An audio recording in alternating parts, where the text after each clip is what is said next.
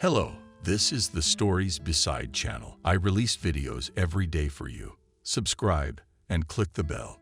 God, where is she? Why isn't she answering? Samuel couldn't find a place to go, waiting for his wife to call. What's going on over there? They know I'm worried. Suddenly the phone came to life, and the man grabbed the receiver. Samuel! He heard his wife's voice.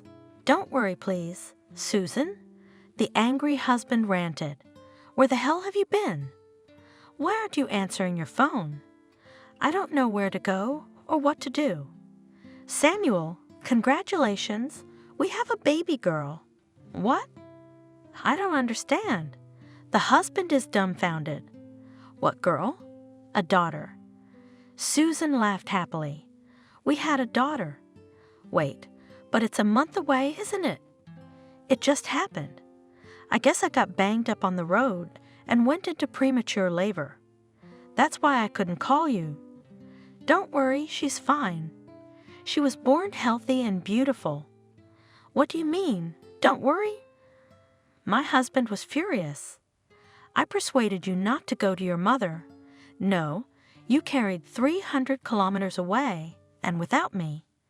I knew that this whole thing would not end well, but I had to visit my mom.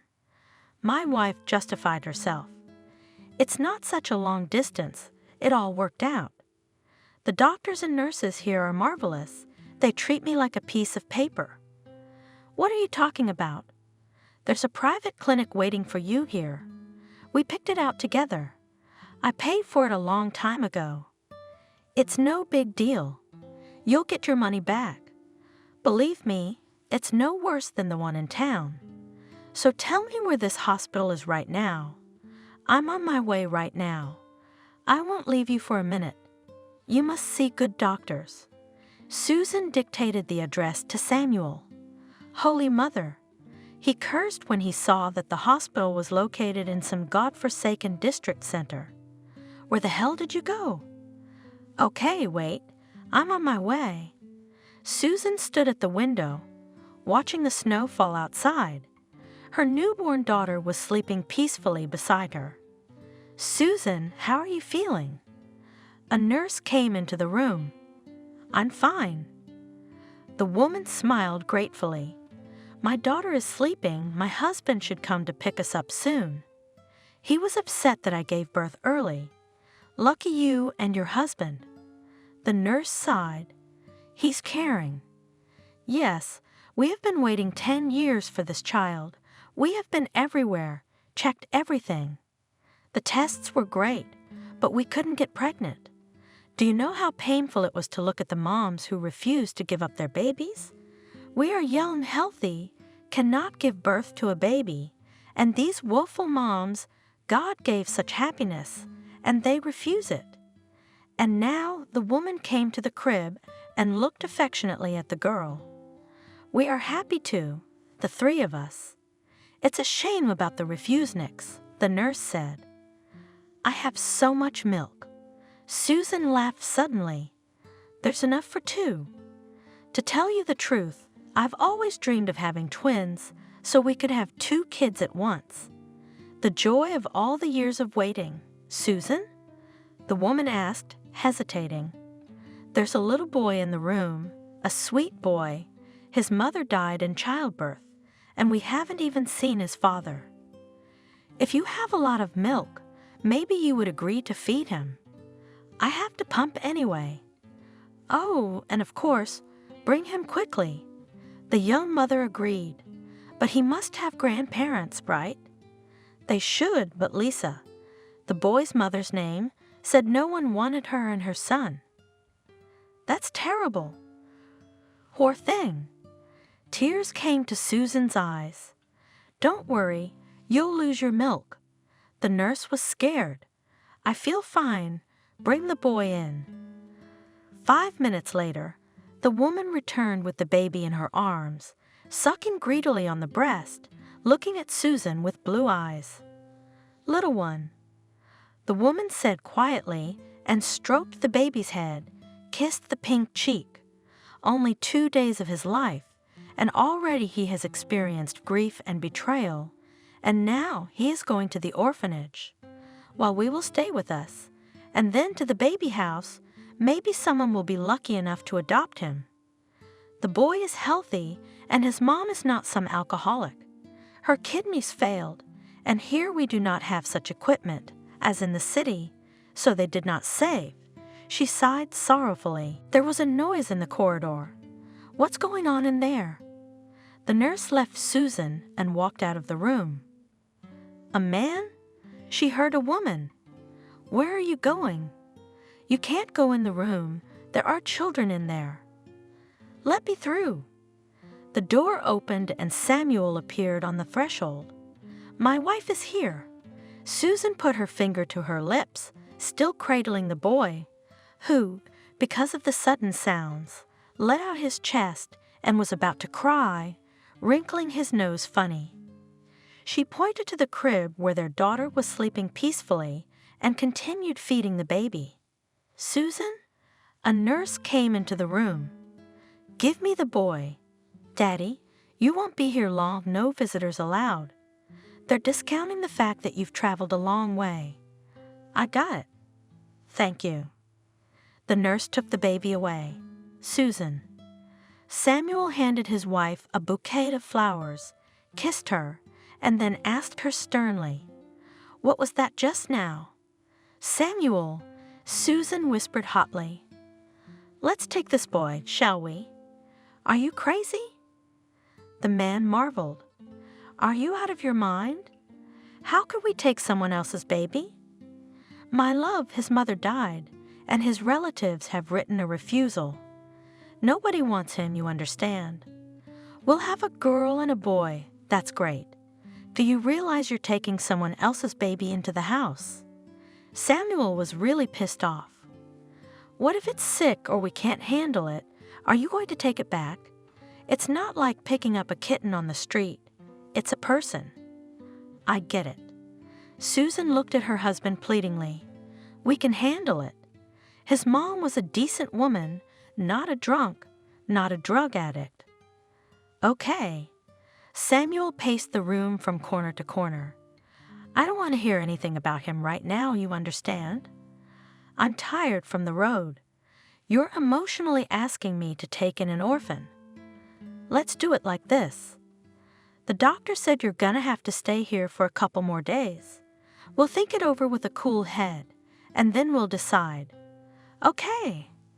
Okay, Susan replied, looking at her husband with a rapturous gaze. I love you, and I love you. The man leaned over and kissed his wife, then walked over to the crib where their daughter was sleeping peacefully. Thank you for the baby. He leaned over the girl, scrutinizing her face. How long we've waited for this day. Yes, I'm very happy. We are both happy, and now I have to go. Samuel said regretfully, Your nurse is very strict. I'm afraid she'll kick me out. I'd better go myself. He smiled, went to his wife again, hugged her and kissed her. Don't miss me. I'll come back tomorrow. Her husband left, and Susan did not sleep. She thought whether it was right to adopt a boy. Doubts did not give her peace. Finally, she got up and left the room. Helen? She turned to the nurse on duty. Don't forget to bring the rejected boy to me for feeding. There's nothing for you to do. The girl wrinkled her nose. Feed yours. You'll be leaving soon anyway, and he needs to get used to the bottle. But you still bring it. The woman asked insistently. The nurse shrugged and went back to her work. Susan stood for a moment longer, then returned to the room. She had fed the babies twice during the night, and each time her heart sank when the boy was taken from her arms.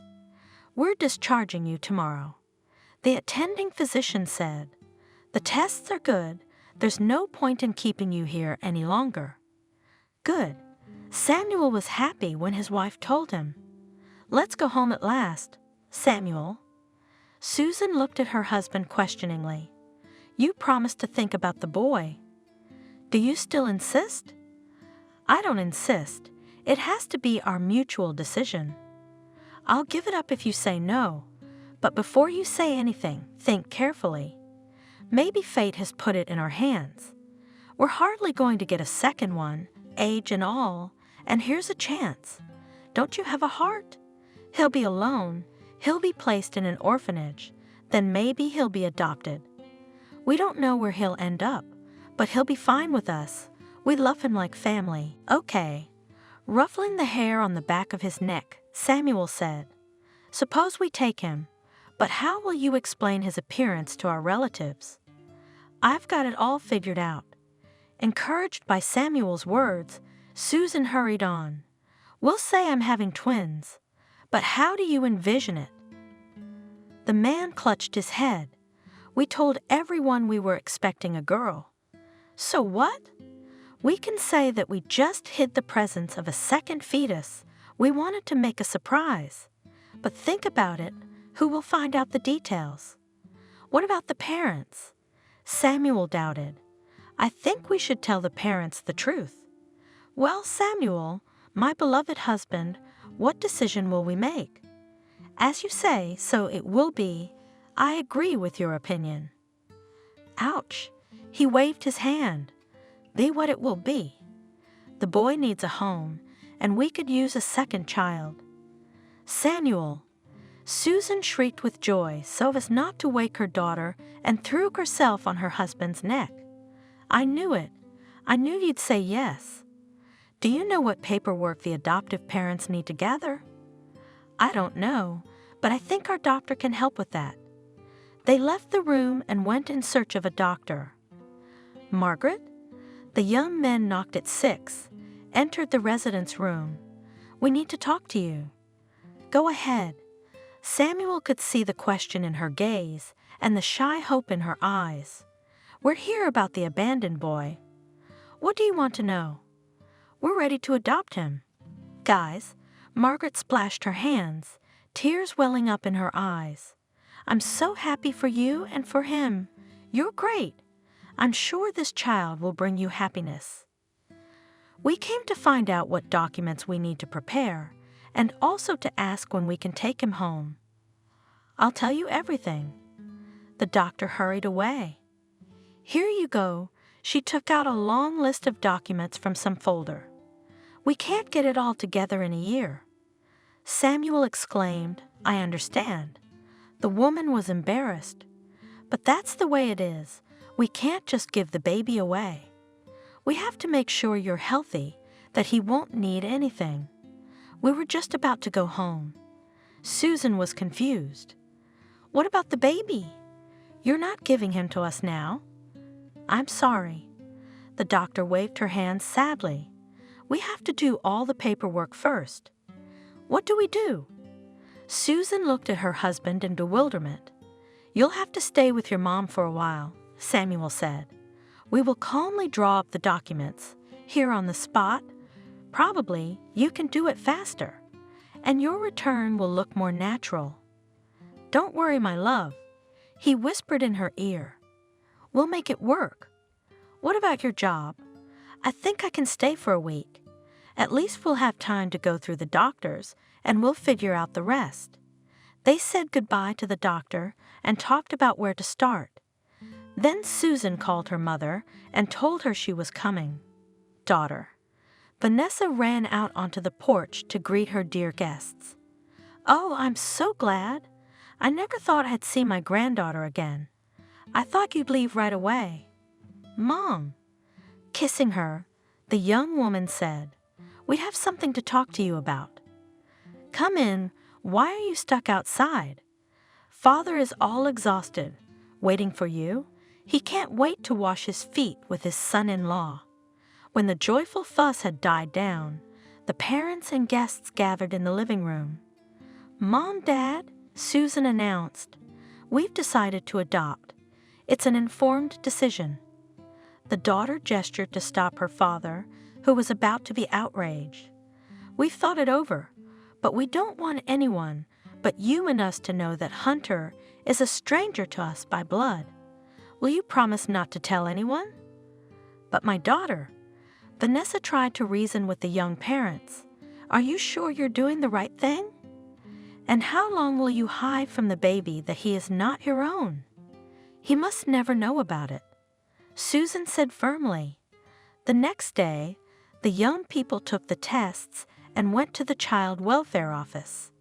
The head of the department read Samuel on a sign nailed to the door. Helen, hello. They hesitantly walked into the office, where an elderly woman sat behind a desk. She gave them a stern look at the threshold. Have you seen the appointment times for personal matters? We did. Samuel smiled disarmingly. But maybe you could make an exception for us. We want to adopt a boy. So. The woman asked in a displeased tone, looking at them over her glasses. Please leave my office and come back as scheduled. What kind of person are you? The man stormed out. We're talking about a child. We can't wait. Every day he spends in the hospital is like a day in jail for an adult. Don't make your own rules. I'm not going to change my work schedule because of you. This conversation is over. She's up. Please, Helen. Susan looked at her pleadingly. Help, and we will not be in your debt. The woman suddenly softened. All right, what child? Rejoicing at the sudden change in the department head's mood, Susan described the situation. Well, my darlings, the woman sat back in her seat. First, gather all the certificates. She put a list in front of them. No one will give you the baby without them. Isn't there any way to speed up the process? No way. The employee waved her hands. Maybe you are some kind of criminals, and you will do a hell of a lot with the child. Or had a criminal record. We must also look at the conditions in which you live, whether your income allows you to support the baby. Think about it. Samuel was getting more and more annoyed. Would we take a child if we didn't know what we could do? I don't know, it's not written on you. Helen was adamant. If you get the certificates, come back and we'll set a court date. What trial? Well, it's all through the court. The child didn't fall out of the sky into your hands. What if the relatives want to bring him up themselves? They've already written a waiver. That's the way it's supposed to be, and stop arguing, or I'll think you're mentally unstable. Samuel? Susan whispered pleadingly in her husband's ear. Don't argue with her, or they won't give Hunter back. Well, roughly asked the woman, settling back into the chair. Why are you standing up? Go get the certificates. If you haven't changed your mind, I'm not going to collect them for you. Right away, they claimed to be in a hurry, but they froze like a statue. The young people left the office, shocked by the cold reception. Old bitch. Samuel scolded. There's nothing human left. If you want to do a good deed, you'll come across such bookish people, and you'll send the whole system to hell. Darling, why are you so angry? His wife tried to calm him down. You can understand them too. They stand guard of the law. We are strangers. No one knows us here. No one to vouch for us. How many like us have passed through her hands? You'd think they'd look at the certificates and know us better. Calm down, please. We'll get this paperwork together, and we'll all go home together. We have a lot of paperwork to put up with. 3 whole months went by without a hitch. Samuel and Susan were worried because the court hearing was tomorrow. The adoption case was being heard. The clerk announced. The judge read the application, familiarized herself with the certificates that the young family provided. Why do you need this child? She asked. You have a daughter. Why do you need a stranger? Listen, Samuel spoke. We couldn't have children for a long time, and we are unlikely to have a second one. We are not 18 years old. This boy is a gift from heaven. Can't you understand? Don't get excited. The judge stopped him. Answer in substance. There is a certain order, and I ask you to follow it. We want to help the child. Susan answered firmly. To find a family. We have the means. You've seen our documents. We have the will and we have everything." Susan's eyes filled with tears. I fell in love with him immediately because I had to feed him with my milk. I'm his milk mom, if you know what I mean. I do. The judge looked at the young couple intently. "And if things don't work out, you can't take him back to the orphanage. It would be a tragedy for the baby." "No, it wouldn't. No one's going to give him up," Susan assured me fervently. "We already love him like his own and can't wait to take him home." The judge looked at Samuel, then looked at Susan and said, "I believe you for some reason. I hope I haven't misjudged you." The court recessed for deliberation, the clerk announced. A representative of the guardianship authorities followed the judge into the deliberation room. "All rise, the court is in session." The clerk again announced, "The application for adoption is granted," solemnly pronounced the judge. "Thank you," Susan whispered, fell back in her chair and sobbed. "Why are you crying?" Smiling, Margaret asked her. "Everything is fine now. The boy will go with you." "Congratulations." She took Susan's crying hand and shook it reassuringly. "When can we pick up our son?" The new father asked. "We can't wait to introduce him to his new home.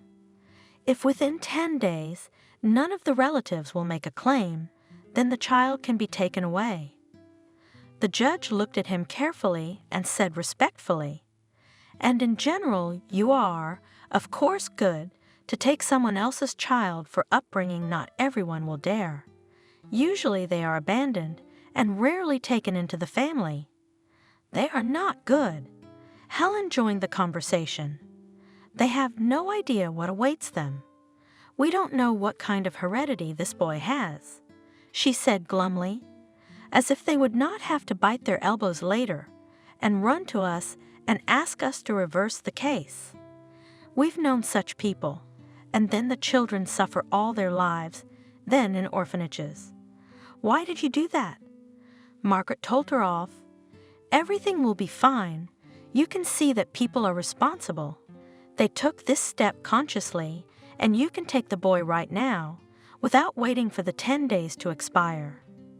The relatives, if they wanted to, have long ago announced themselves and claimed the rights to the child.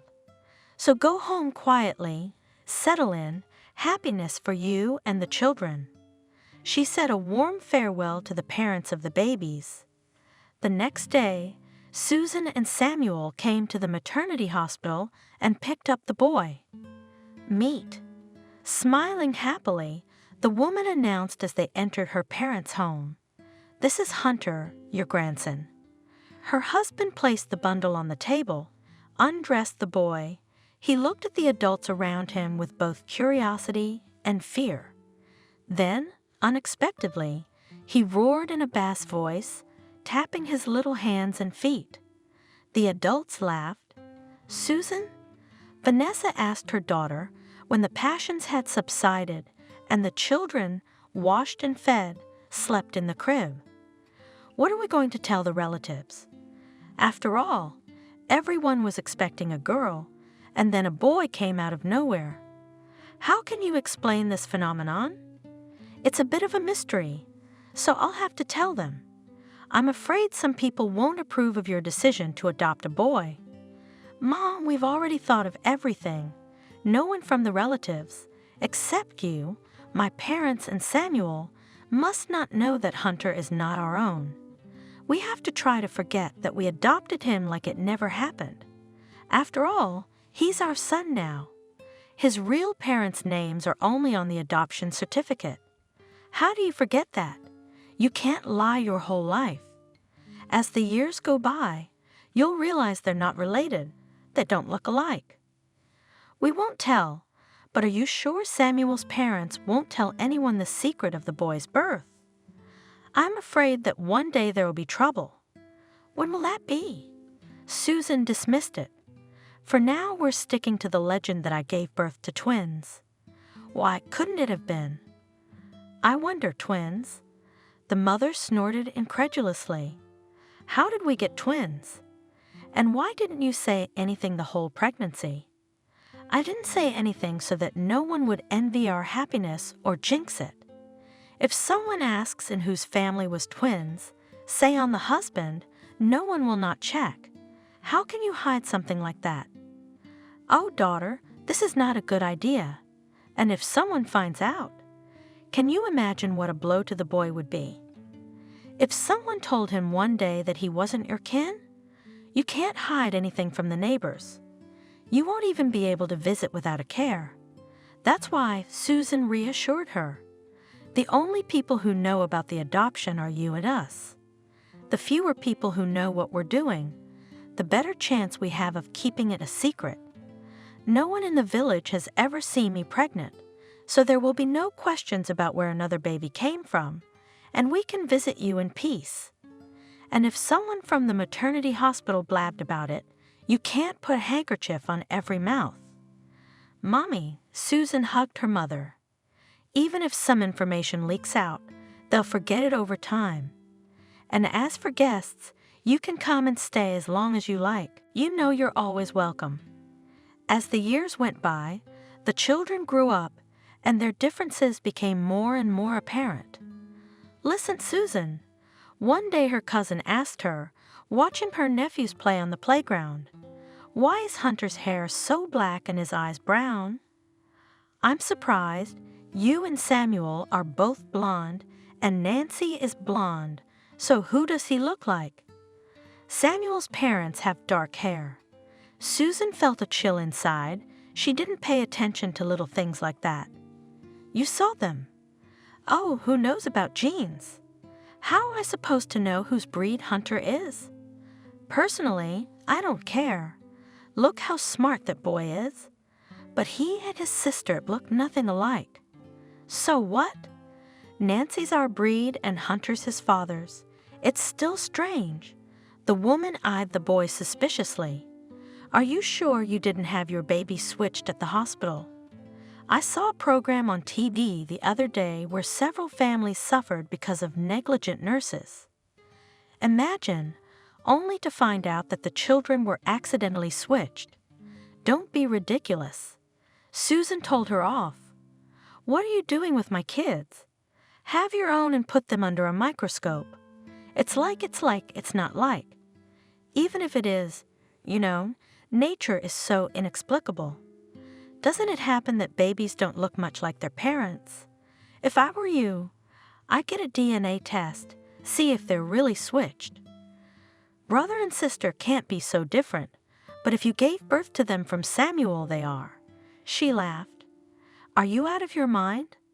How could that thought even enter your head? What should I think?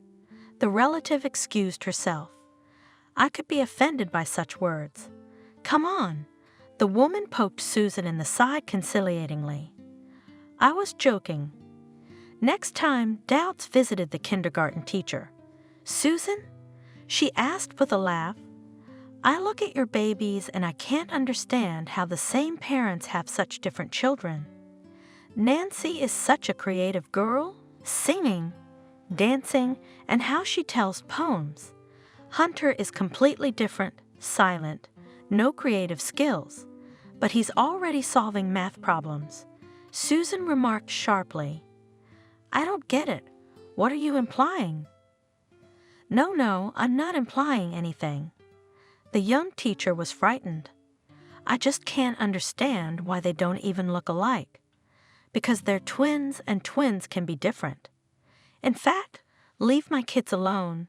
Curiosity won't get you anywhere. Ask less questions. Do more with your kids. Susan said coldly, I'm sorry. The teacher was embarrassed. I didn't mean anything bad, but it's strange that they don't look alike at all, as if they came from different parents.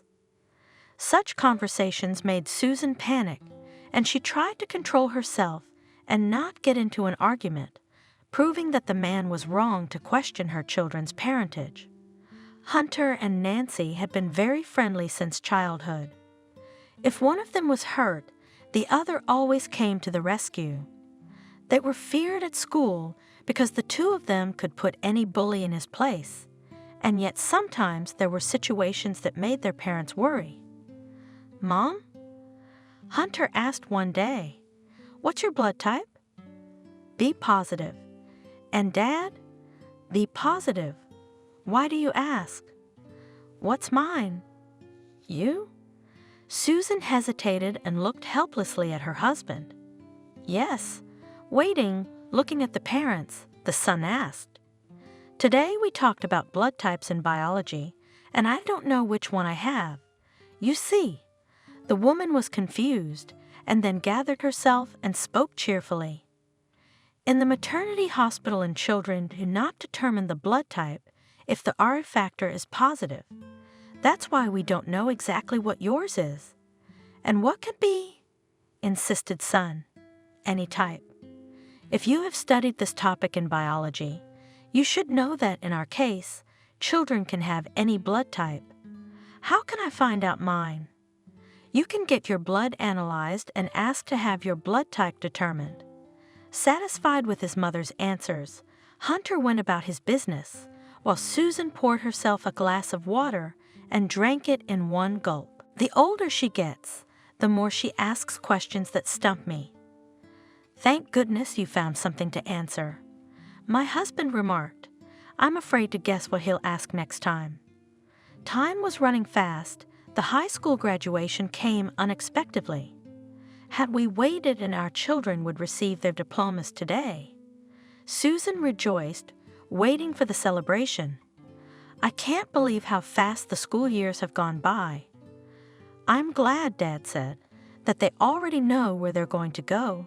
They're wonderful children." "Nancy will have a hard time." Mother smiled. The exact sciences were still unknown to her.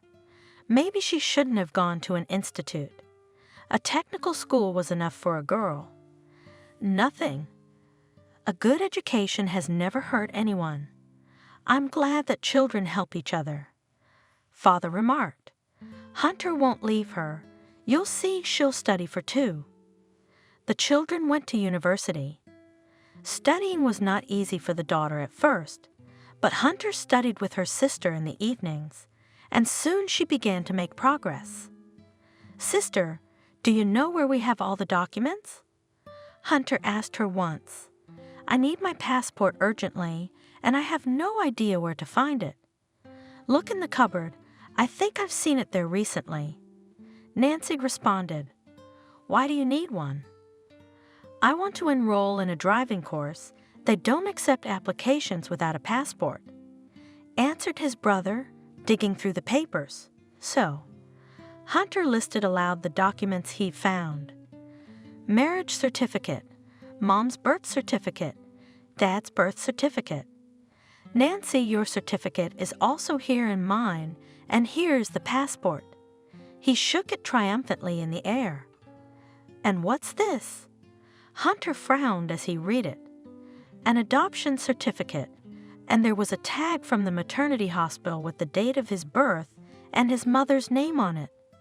"Why are you so quiet?" Nancy asked cheerfully, entering the room. "What's wrong with your face?" the girl asked, coming up close to her brother. "Have you found the secret materials?" She snatched the document out of his hands. "What are you reading?" "Letters from the past." Well, adoption certificate. I wonder whose?" "Hunter." The girl turned pale after reading the contents of the document. Her brother stood with his teeth clenched tightly. His cheekbones were jaundiced.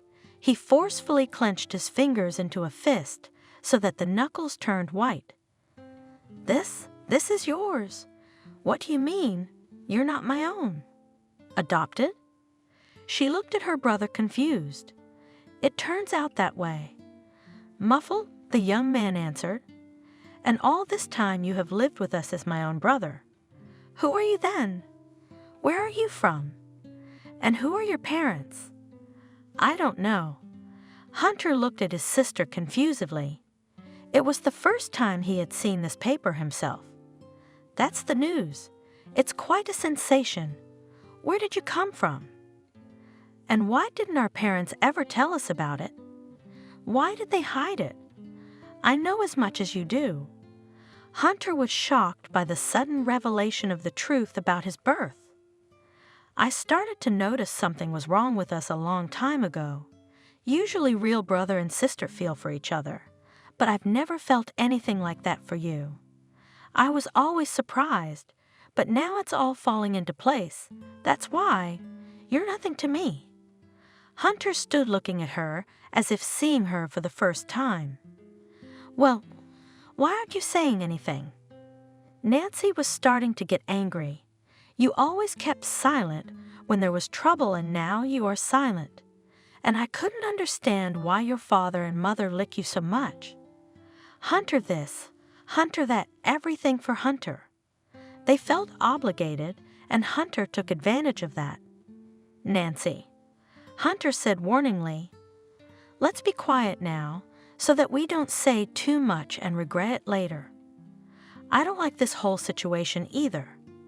This is my first time seeing this document just like you. I don't know when or why it all happened. At least, I don't remember. You might want to keep quiet for a while so I can think. I have yet to live with this. I'm in a worse position than you are, and you don't shut me up." The girl had already got into the role of a whistleblower and couldn't stop. Now a lot of things are explained. Like what? Why they bought you a brand new suit for the prom, and I had to wear my cousin's dress. You don't think I wanted a new dress? I was going to the International Math Olympiad. That's why they bought me one, not for graduation. Don't you remember? So you're so smart. You get the best, and I'm stupid. It'll do. Why are you talking nonsense? No one thinks you're stupid. Our parents always buy us both something. They don't neglect anyone. Why are you trying to insult them now? Remember, she went after my brother. We got bikes in 8th grade. They got Hugh a new high-speed bike, and they got me a hand-me-down simple one. So we got a Hunter again, and that's fine for Nancy. You say it never happened. I was already a good rider, and you were just learning. Why would you need a fast one? Your parents wanted you to start riding properly, and you have an explanation for everything. Nancy said with a sneer, and if you hadn't been there, it would have been all for me. My parents wouldn't have to split it between the two of us. Do you remember when we didn't go to the camp at the sea? Why didn't we? It was expensive to send 2 people. You'd be a drag everywhere. Tears spurted from Nancy's eyes. Childhood resentments that had been piling up for years came flooding out like a cornucopia. She pounded Hunter's chest painfully with her fist, then pounded on him. He struggled to turn away from the blows. It's all because of you, and you're a nobody, adopted and from who knows where. If it wasn't for you, Mommy and Daddy would only love me. You stole their love from me. Nancy, you don't know what you're saying. The young man, looking at his crying sister, was ready to cry too, but held himself back. He was unbearably hurt by his sister's words and even more hurt by the truth he had learned. "I know," the girl screamed. "I know. I've had to share my parents' attention with you all my life. They treated me like a silly little girl, but you're a math star. You're smart, strong, and I'm just an app. Even at school, you're a role model, and no one ever paid attention to me. You have your own talents." Hunter tried to calm her down. "Why are you trying to insult me now? It's hard enough as it is.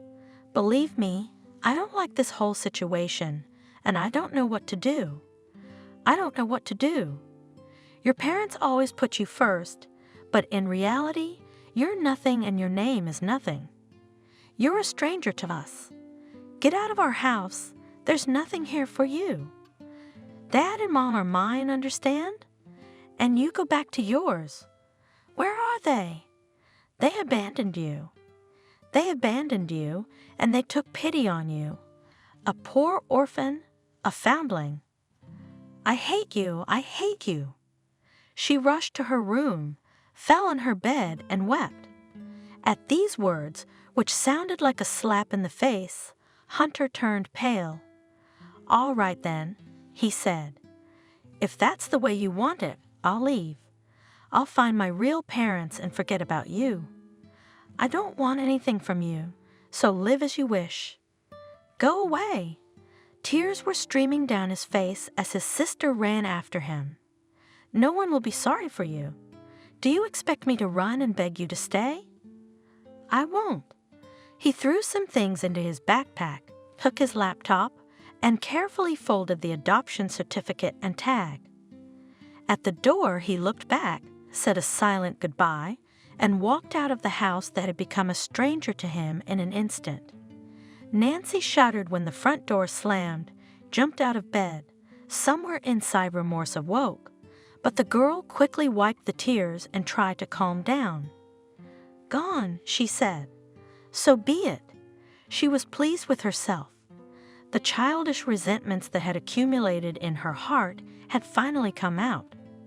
I should have told him a long time ago, and that's what he should do. I never want to see him again in my life. And my parents? How could they do that?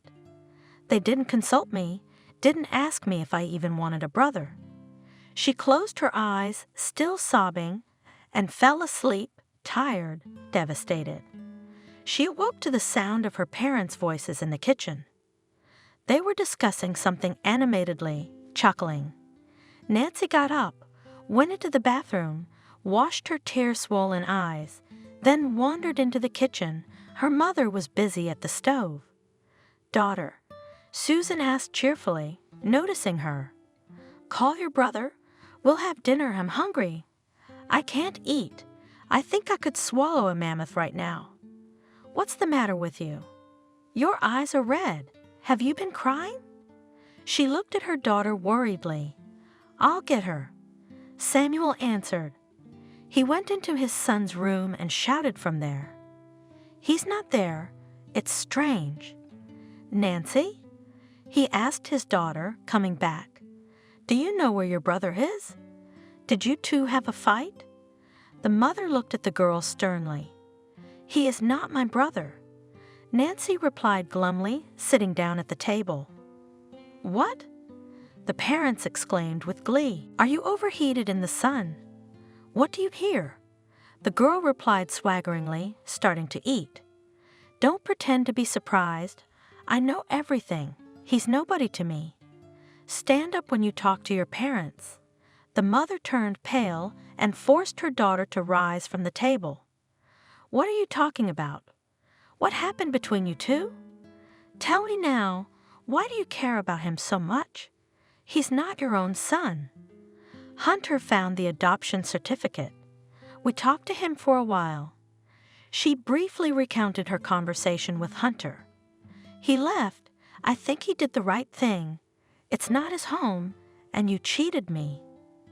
I thought of him as my brother for 20 years, and he's a stranger who's been put into my family by someone else's grace, and you forgot to ask me if I wanted a brother. Are you out of your mind?" Mother was furious.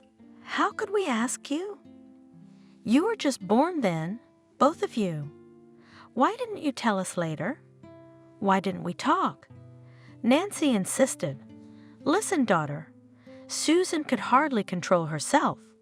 Maybe it's our fault for not talking to you sooner, and we certainly didn't expect it to come out so suddenly. But it's our decision, and it has nothing to do with you, much less Hunter. It's not his fault he was orphaned from birth.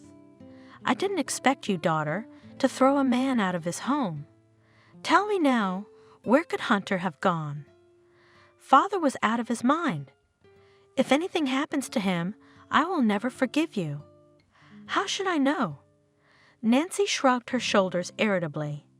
"He probably went to look for his real mother, and rightly so. There's nothing for foster children to do in our house. Let him go to hell. I won't cry." Susan, not expecting you herself, swung around and slapped her daughter. "Mom," the girl grabbed her cheek. Tears came to her eyes from the pain. You hit me? Your own daughter hit me because of some prodigal. How can you do this to me? Do you love him more than me? Don't you dare call him that. Susan shouted in anger. You don't know anything. She fell back in her chair. You don't know anything. The woman cried. He has no one. His mother died in childbirth. There was no father, and his relatives refused. I fed him milk with you. I'm his milk mother, and he's not a stranger to us. I don't understand how you can be so callous. He's nobody to me. Nancy was stubborn. Maybe I'm a stranger to you, too. Rubbing her reddened cheek, she asked, You wouldn't beat a native, and all because of that Hunter. Well, kiss your favorite, of course. He's the best. You're wrong. Trying to pull himself together, my father said, If you think we love him more than you, we've never made any distinction between you. Remember, if we punished both of you, we praised you too. Remember how Hunter defended you if we were angry. He was willing to take punishment for you. Remember how he took the hit when a tree in the forest almost fell on you during a thunderstorm. He had his back to you. You little fool. You jealous little girl. You were at camp, don't you remember? He broke his arm then. He had to wear a cast for a month during the summer. Of course you forgot. Your empty head only remembers the wrongs, but not the good. I remember. Nancy's lips quivered. And you're still defending him now? I mean nothing to you. What are you talking about, silly? Her father put his arms around her, sat her down beside him on the couch, wiped away her tears. And remember, you were still small. Before Christmas we punished you and left you without sweets, and he gave you his present, and you sat under the table, eating candy, and thought we could not see anything. And after all that, you say he's not your own. How could you insult your brother? Yes, your parents are different, but sometimes strangers are much closer than family. If Hunter hadn't found that damn certificate, would it have occurred to you to question your parentage? You too couldn't be spilled with water. Mama, Papa. Nancy suddenly burst into tears. I'm such a fool. I've hurt Hunter. I'm selfish. He'll never forgive me. What have I done? He will. Susan took her daughter's hand. He will. We just have to find him first. Let's think together about where he might have gone. You know, the father asked, Which kids is he friends with the most? Classmates? Neighbors? You know his neighborhood better than we do. Think of names, phone numbers, places you've been. Yes. Now. Wiping away her tears, Nancy started calling her friends. Hello, Ethan. Do you have Hunter? I can't get through. My parents are worried. If you have any, tell them to call me right away. She hung up. I haven't seen her. Call someone else. Susan interrupted her. Nancy dialed number after number, but each time she flailed her arms helplessly. No one had seen him. She roared again. What do we do? He'll come back, won't he? Mom, Dad, tell me, will he come back? Will we find him? There's nothing to do at home, Samuel said. I suggest we go to the yards. Dad got up, started to get dressed. Maybe he's sitting on a bench somewhere now, hesitating to go home, resentment getting in the way. He doesn't know that Nancy's head is back on straight. What a mess you've made of things, daughter. Father shook his head reproachfully. I know. Like a straw, the mother grasped at the suggestion. Let's go look for him, ask around, see if any of the neighbors have seen him. He couldn't have disappeared without a trace. They went to all the nearest yards, but Hunter seemed to have vanished into thin air. Okay, Samuel was determined. Now it's late. It's pointless to go through the yards. It's unlikely to spend the night on a bench, probably hiding somewhere. Let's wait till morning. Maybe his son will show up. After all, he's a sensible man. And if he doesn't? Susan looked painfully at her husband. He had been wronged, and God only knows what was going on in his head. Nancy has told him so much. If he doesn't come back, we'll go to the police in the morning. It's useless to look for him ourselves. Let the professionals do it.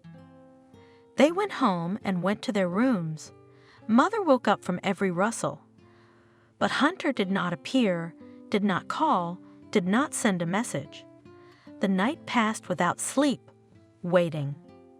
It was our own fault, Susan said in the morning as she made breakfast. For some reason we left the documents in a prominent place. We should have destroyed them immediately. I asked you to. I've forgotten all about them. My father lamented. I never thought that someone would need to go through old papers. Well, now it's too late to sprinkle ashes on your head. Let's have breakfast and go to the police. What about me? Nancy asked, wrapped in a blanket and squinting her sleepy eyes. You stay home and wait for your brother. Keep your cell phone on you, and if he shows up, call him right away. You got it? Okay. Parents, I'm sorry. She said it guiltily.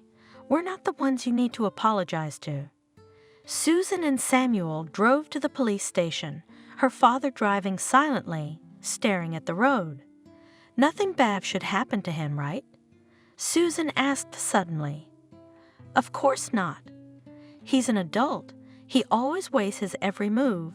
He thinks straight. He'll get by. They drove up to the police station. Our son is missing. The mother said, We've got a missing son. We want to file a report. How old is the child? Asked the officer on duty, without taking his head from filling out the log. 20. You what? The policeman immediately took his eyes off his notes. Are you kidding me? I don't understand you. Susan was taken aback by this strange reaction.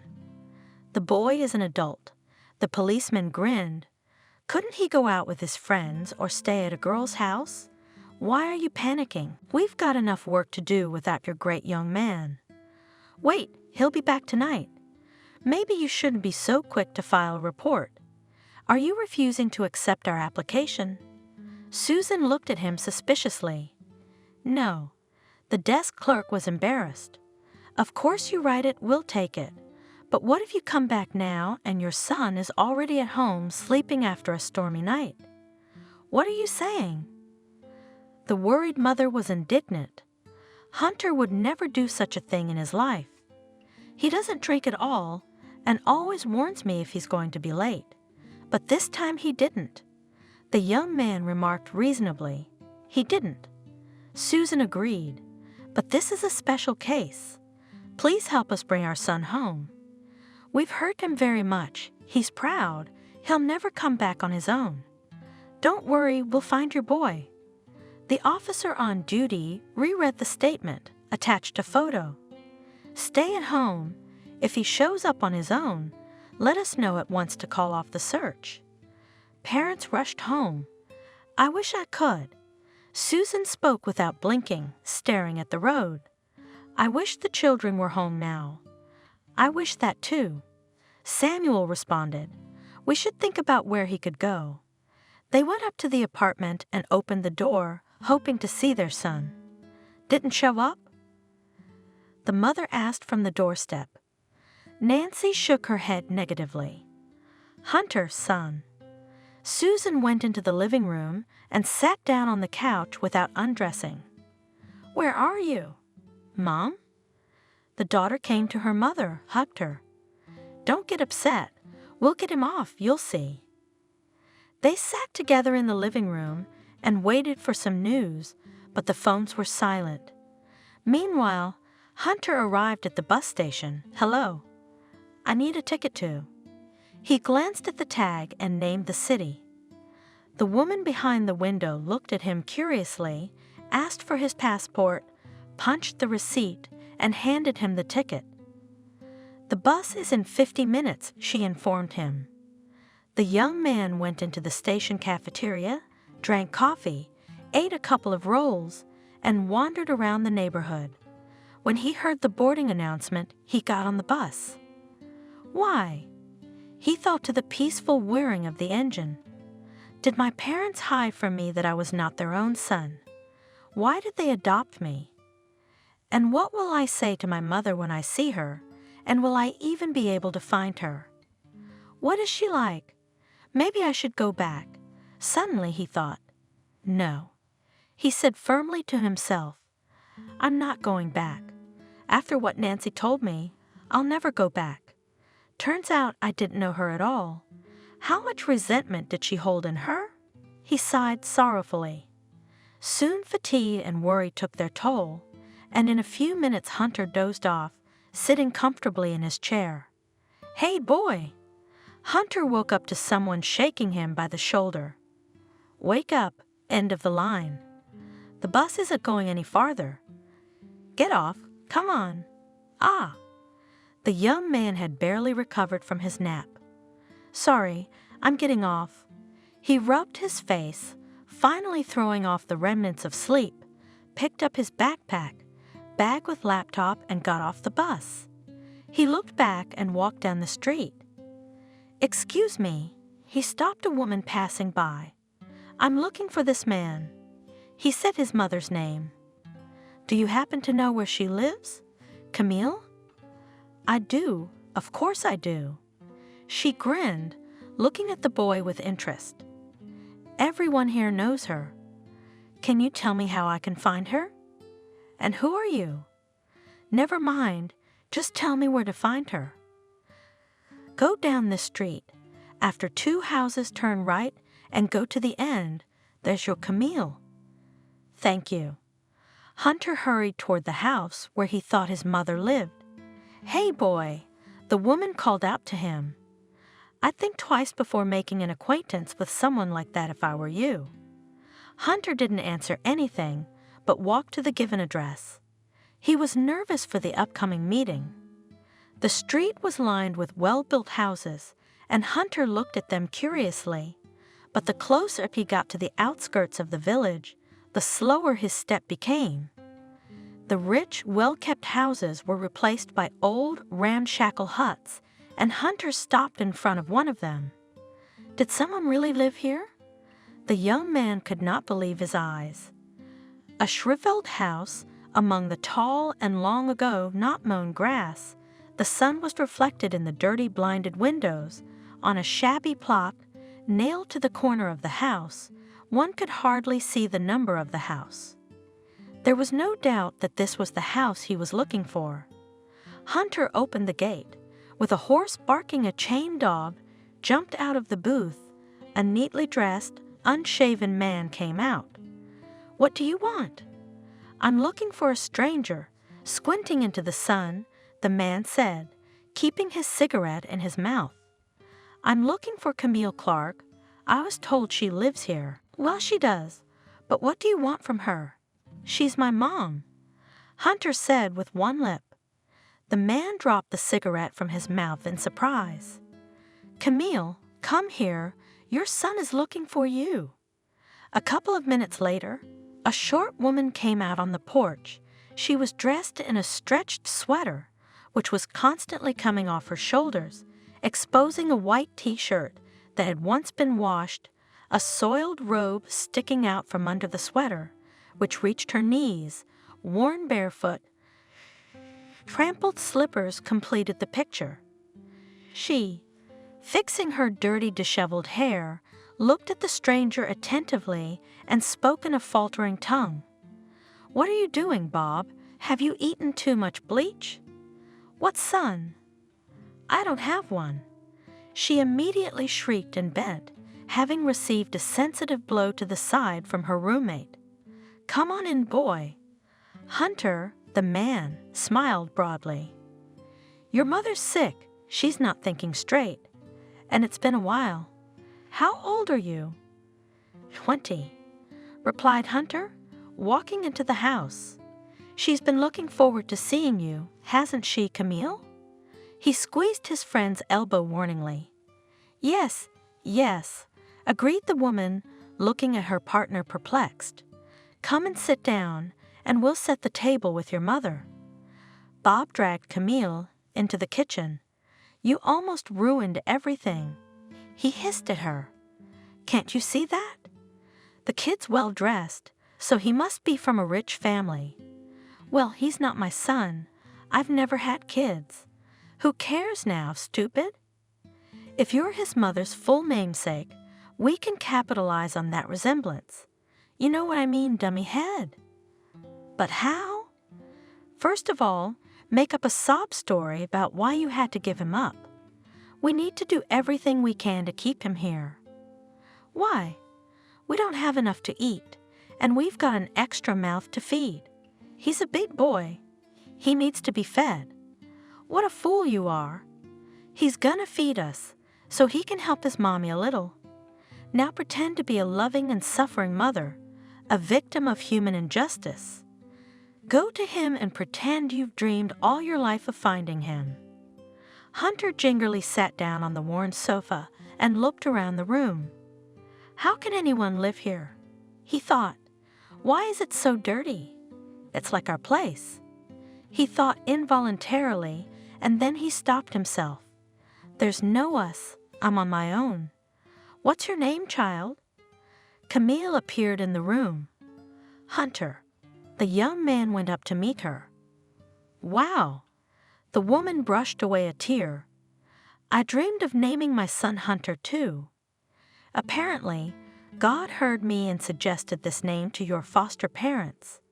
She walked over to the young man and took him into her arms. "Son, how happy am I to see you." She pulled away from him, scrutinizing him. "Tall, handsome, just the way I imagined you in my dreams. You have no idea how much I suffered for leaving you at the maternity hospital." "But why?" Hunter looked at her intently. "Why did you leave me?" "Let's sit down. There is no truth in your feet." She sank down on the sofa beside her guest, folding her hands mournfully in her lap. "I would never have given you up if it weren't for circumstances, son," she sobbed. "I had no money to support you." "Who was I?" "A young girl with no education, no steady job. Your father, when he found out I was pregnant, abandoned me. My parents conditioned me to leave the baby at the hospital or get the hell out. What could I do? I was almost as old as you are now. I'm sorry, son." She took his hands in hers and clung to them, hot tears streaming down her cheeks. Hunter felt them dripping down his arms. "I'm very guilty before you. I'll never begrudge you forgiveness." "Oh, come on, you. I understand different circumstances happen. I'm not angry with you. But now that you've found me, we'll never part again, will we?" She looked hopefully at the young man. "Yes, I'll stay with you, if I may." The woman hugged the boy. He wrinkled his nose, smelling the strong odor of booze and unwashed female body. He wistfully remembered the smell of his foster mother, always well-groomed, clean, and trim. "Thank you, dear, for not giving up on me, for finding me. Now I'm not afraid to die, my blood." "Dying? Why do you say that?" "I'm very sick." Camille sighed heavily. "What about you? Is there anything I can do to help? You see, there's no work here. We get by on odd jobs, and my health isn't what it used to be, and I'm old. The employer wants someone younger. We don't even have anything to buy you. So let me go to the store now," suggested Hunter, rising to his feet. "I have money." "My darling son." Camille hugged the boy again. "Thank you. We must celebrate your arrival. Bob?" She called her roommate, who had been in the kitchen all this time. "Take the boy to the store. Tell him what to buy for the table." By the time the men returned from the store, the woman had put the room in relative order. A mountain of unwashed dishes disappeared from the kitchen. The floor was washed. An old but clean bedspread appeared on the sofa. The table was shot with oilcloth. "Here we are," Bob announced happily, putting 2 full bags of sundries on the table. "Generous son of yours." Come on, Mother, set the table. We'll celebrate his return to you. I've invited some friends of ours. Quietly, he said in the woman's ear. Is there a place to wash? Hunter asked hesitantly. I'm sweaty and dusty from the road. Bob laughed. We have a bathhouse, but we ran out of firewood last month, and we have no money to buy it. Tomorrow we'll agree with the neighbors. They'll heat the bathhouse. You'll wash yourself, and if you want, you can wash yourself with cold water, straight from the well. I'll bring a towel right away. Hunter, shivering from the cold, doused himself with water from the well, changed into a fresh t-shirt, and returned to the house. Sit down, son. Invited his mother. Don't be sorry what God has sent. We serve. Hunter sat at the table, listened to the conversations of adults, and saw how his mother's mood gradually improved, warmed by vodka. I see that you have fallen into a good family. She started talking. Lucky then. Don't look at me like this. I used to be beautiful, not drinking. I had a hard life. She cried. But when you drink, you feel better. And how I longed for you, she said, thinking all the time how my son was doing. And my son lived a good life. And now I'm like this, sick through and through. No job, no health. If it hadn't been for Bob, she'd have waved her hand and drunkenly hiccuped. I'd have died a long time ago. I can't work, and I need money for medicine, you know. If you could live with your mom for a while, Bob suggested. You could work, support her. We could get her health back on track. All right, I can stay late. I'm on my university vacation right now. While they were talking, the guests arrived. Here are our friends. Welcome to the new arrivals, Bob. This is Camille's son, here to visit. The man and woman said hello to Hunter, sat down at the table, and the conversation was immediately revitalized. See. Looking proudly at Hunter, Camille boasted, What a handsome son I have grown up. I wasn't so bad when I was his age, but now. She cried, knocked back a shot of vodka. Alone, nobody needs me. All hope for my son. You don't know. The young man looked around at the already pretty tipsy company. Where can I get a temporary job here? If only at the market, as a loader. Answered the guest. There is always a shortage of people there. I agree. When do I start? Come tomorrow, I'll set you up with the market owner. But the work is hard. He hummed, incredulous, looking at the puny boy. Can you do it? I can handle it. Shall I lie down? Hunter asked his mother, not boldly. He didn't call her by her name and patronymic. It was awkward, and he couldn't pronounce the word mom. Oh, what am I, dummy head? Camille got excited. Come on, I'll make you a bed. You're tired from the road. She took the young man to the farthest room, where there was nothing else but an old rickety wooden bed and a couple of chairs. The woman made up the bed and left Hunter alone. It took him a long time to fall asleep, reliving over and over the events of the day. Drunken voices came from the kitchen. Then one of the men picked up a guitar, and everyone sang. The young man covered his head so he wouldn't hear the noise and soon fell asleep. Hunter? The boy woke up to the hoarse voice of the woman he thought was his mother. It's time for you to go to work, Bob. Hurry up so you can have breakfast. Hunter quickly washed his face, ate the remains of last night's feast, and went with the man to get a job. Here's your job. A sturdy man in his old age pointed at the crates of fruit. Now the car will come. The forwarder will say what you need to load. The salary will depend on your The young man worked all day, taking only small breaks. His master praised him. Well done. I'm pleased with you, he said to the boy in the evening, counting out the bills. Here, you've earned it. Only Hunter went outside from the market gate when Bob ran up to him. Hi, Sniffing his nose and occasionally looking around, said the man. "So, how was your first day?" "Fine," Hunter replied. "I'm a little tired. Now it would be good to have a snack, because I haven't eaten anything since morning." Yeah. Put your arm around his shoulders and said Bob. "I'll be right there. Mom's setting the table." Just then, he looked away again. "Let's go to the store. It's supposed to be paid from the first paycheck," he assured, noticing the young man's perplexed look. "And your mom's head hurts after yesterday. It needs to be fixed. Do you understand? You're a caring son, aren't you? You and I are going to go to the store." The man insistently pulled Hunter toward the store. "We'll buy what we need, and then we'll go home." At home, the company from yesterday was waiting for them. "Oh!" They greeted Hunter with shouts of joy.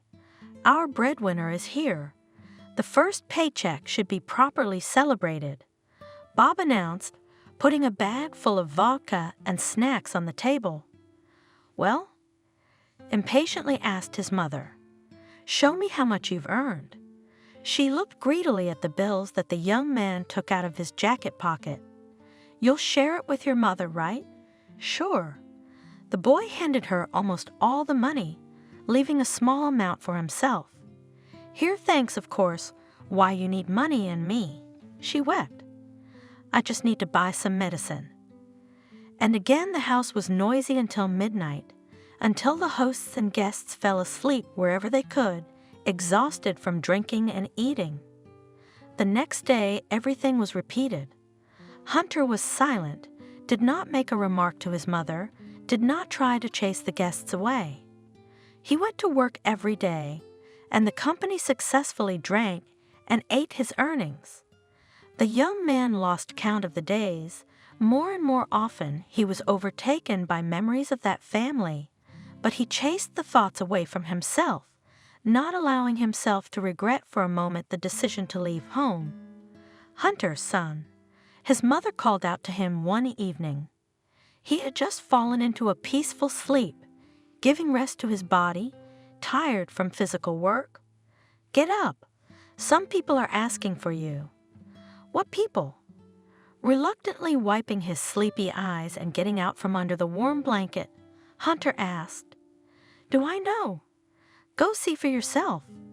Camille took a firm step toward the hallway. "Why are you here?" Hunter asked rudely, seeing his foster parents in the hallway. "Hunter." Susan's lips quivered when she saw her son, gaunt, in a laundered t-shirt, with long unwashed hair, barefoot. He was a pitiful sight. "We need to talk. Why don't we go outside?" "Let's talk quietly, without witnesses." "Son?" Camille came out of the kitchen. "Are you all right? Who are these people? What do they want from you?" "I'm fine," answered the young man and went out of the door and into the street. "You came for nothing," he said firmly. "I'll stay here. At least until classes start at the university." "Son." Susan looked at him pleadingly. "I'm not your son." He cut her off abruptly. "You tricked me." "Hunter, you're wrong." The father walked over to his son and took him by the shoulders. "Look me in the eye. We had no intention of deceiving you. We just didn't find the right time to tell you everything, but we're not guilty of anything. There's nothing more to tell. Don't worry about it. I found my real mom, and I'm gonna stay with her and take care of her. You don't like the way she is. What can you do? You can't choose your parents. She needs me. It's my duty to stay by her side." "Hunter." Stammering, Susan said in horror. "Hey, boy." Bob came out on the porch, already pretty drunk. "You need help. Are they trying to take you away? Don't give in. You get the hell out of our house. This is private property." "Hunter." The woman closed her eyes for a moment to endure the drunken man's lunge. "You're wrong to think this woman is your mother. Your mother died as soon as you were born, I know that for a fact. And if by blood I'm not really your mother, then you could call me a milk mother. I'm the one who breastfed you, and she's an imposter." "No way." The young man turned cold, but everything coincided, even the village. "She is just a full namesake of your mother, took advantage of the situation, fooled your head, convinced you that you are her son. We asked the neighbors. She's a long-time deep drinker. Your mom was a very nice woman. You're just like her." "What does that make it?" Hunter asked, shifting his gaze from Susan to Samuel. "Were they using me?" "Unfortunately, it turns out that they did. But why?" "Son," Camille's head came out of the door again. "We're waiting for you, darling." "Is that true?" The young man was at the woman's side in 2 leaps. "Is what true?" "I don't understand. What are you talking about now?" Camille was stunned. "Is it true that you're not my mom? Did they tell you that?" She nodded at the foster parents. "You won't be able to lean on them." Susan remarked, "I knew his mother. And if I did?" Camille arched her back and looked at Susan with contempt. "That I don't have the right to live like a white man for a while." She sobbed. "I want someone to take care of me too. At least someone but Hunter." She patted the young man's cheek. He recoiled sharply from her. He did it so touchingly. I loved being in the role of his mom. I am a very lonely person and need simple motherly happiness. Am I to be despised for that? Well, have you deceived me? Hunter boiled. Just a little bit. Bob made it all up. Yes, and I felt like a mother this month because I have no one. Tears showed in his drunken eyes. We lived almost like a real family. That's mean. What do you know about mean? She swayed. Hunter supported her. I'm a miserable person, and even this month I loved you in my own way. You're a manipulator. Through Hunter. How could you take such a sneaky advantage of my trust? My goodness, how gentle we are. Camille snorted. Hunter, shall we go home? Susan looked at her son pleadingly. Why do you need me? You have your own daughter, and you don't need me. I'm just a nuisance. That's right. Camille clapped her hands. Don't go with them. Stay with us. You're a stranger to them anyway. So what difference does it make where you live? We have fun here. Don't listen to her, son. Susan didn't know what other arguments to make to convince him to go with them. You've always been and will always be family to us. Daddy and I love you very much, and I love you very much too. Finally confessed the young man. Forgive me, I thought I was an extra in the family. Thank you for everything. If it weren't for you, I don't know what would have happened to me.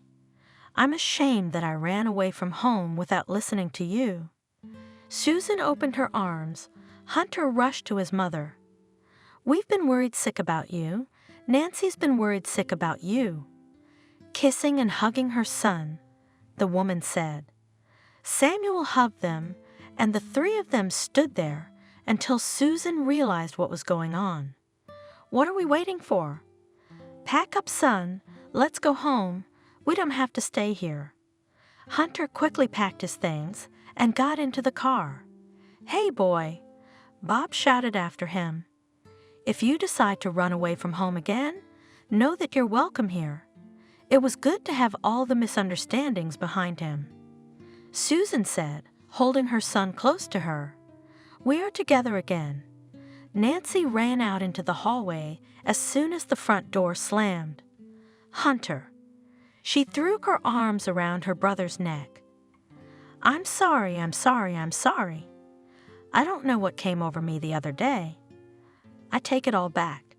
You can hit me, but I'm sorry. Okay, forget it. Hugging her, the young man said, No, you say you forgive me. I really miss you, I really do. I'm insanely ashamed of what I said. You are the best brother ever. I really wanted you to come back. Tell me you've forgiven me. I won't let you go until you do. I'm not angry with you." Hunter replied with restraint, "Forget everything I said to you.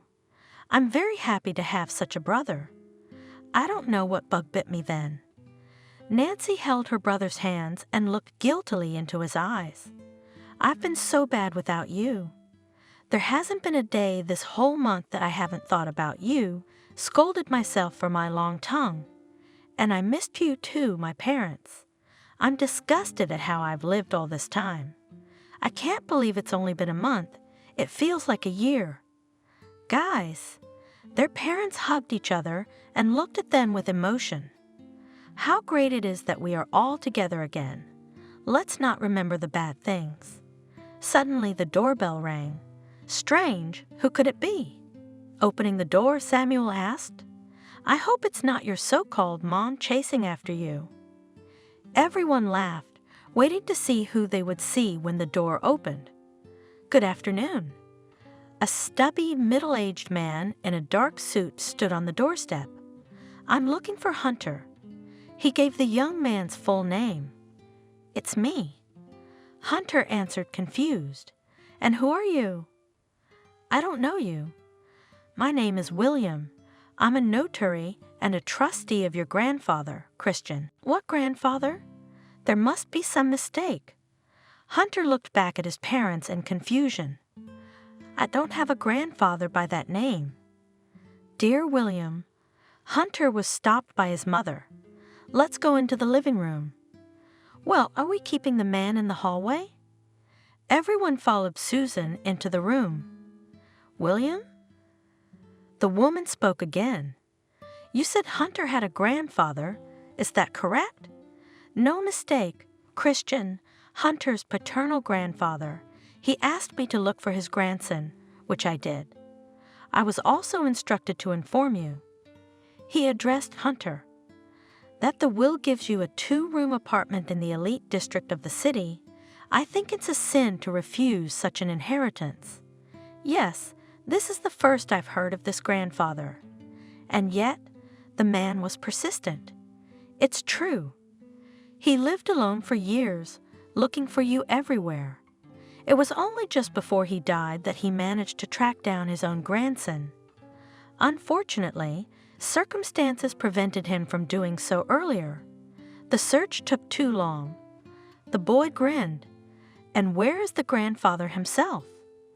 "It would be nice to have a look at him and make sure it's not a joke, because I've already found one false mother. I don't want to be disappointed again."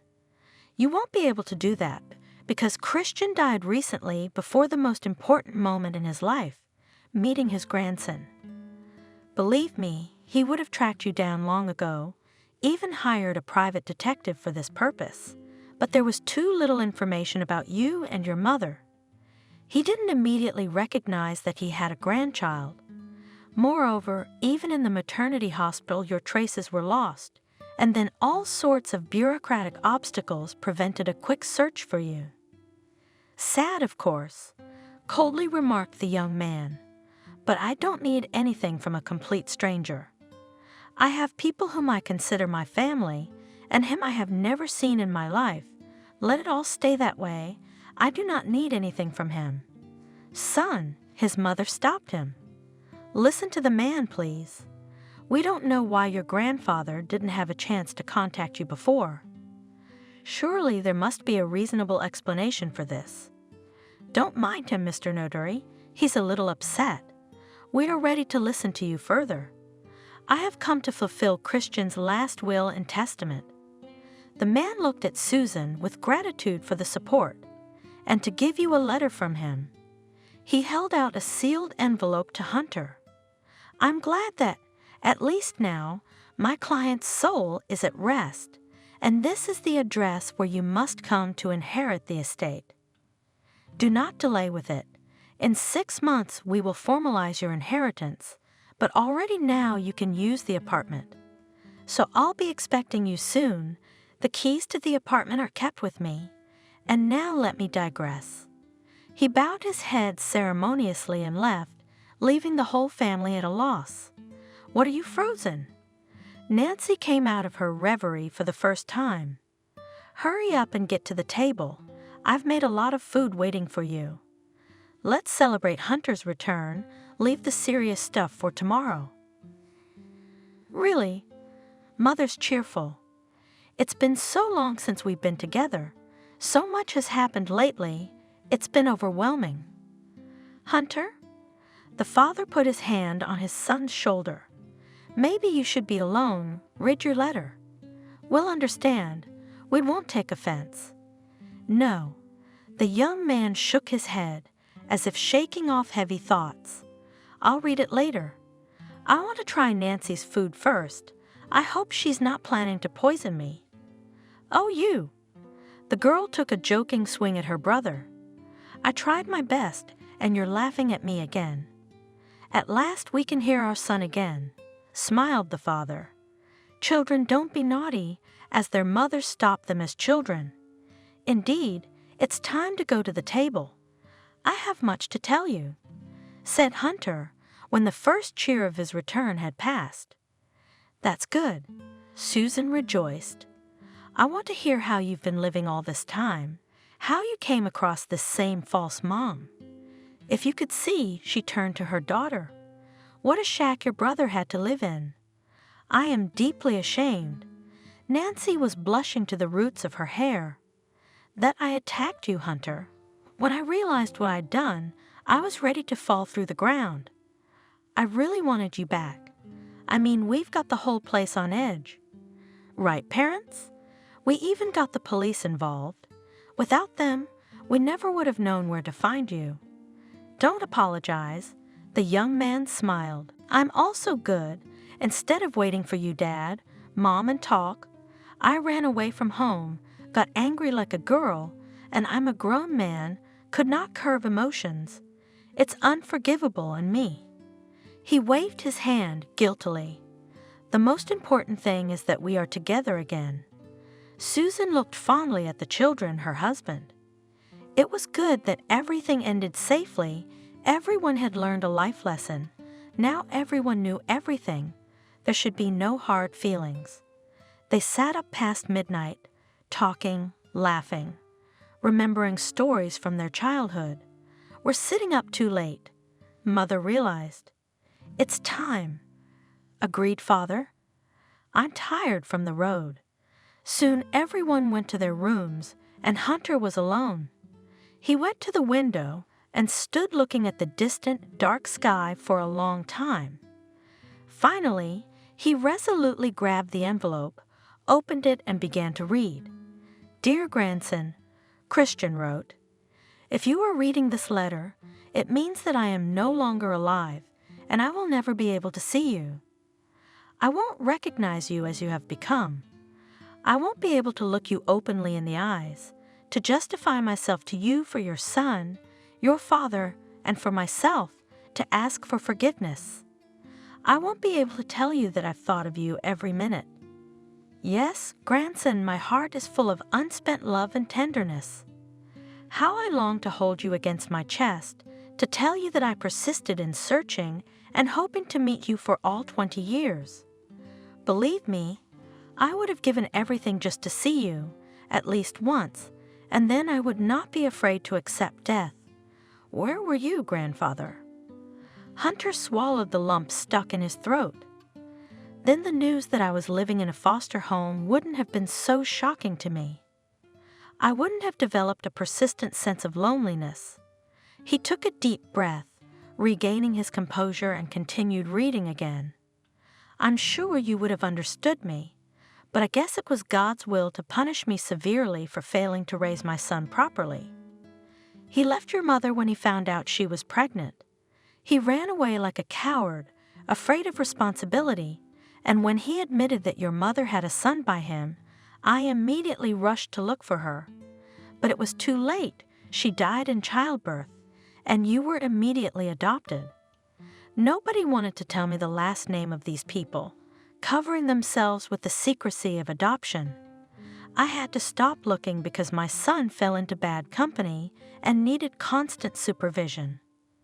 I did not teach him responsibility, did not instill in him an aversion to bad habits, did not immediately realize that except for himself, he loves no one else.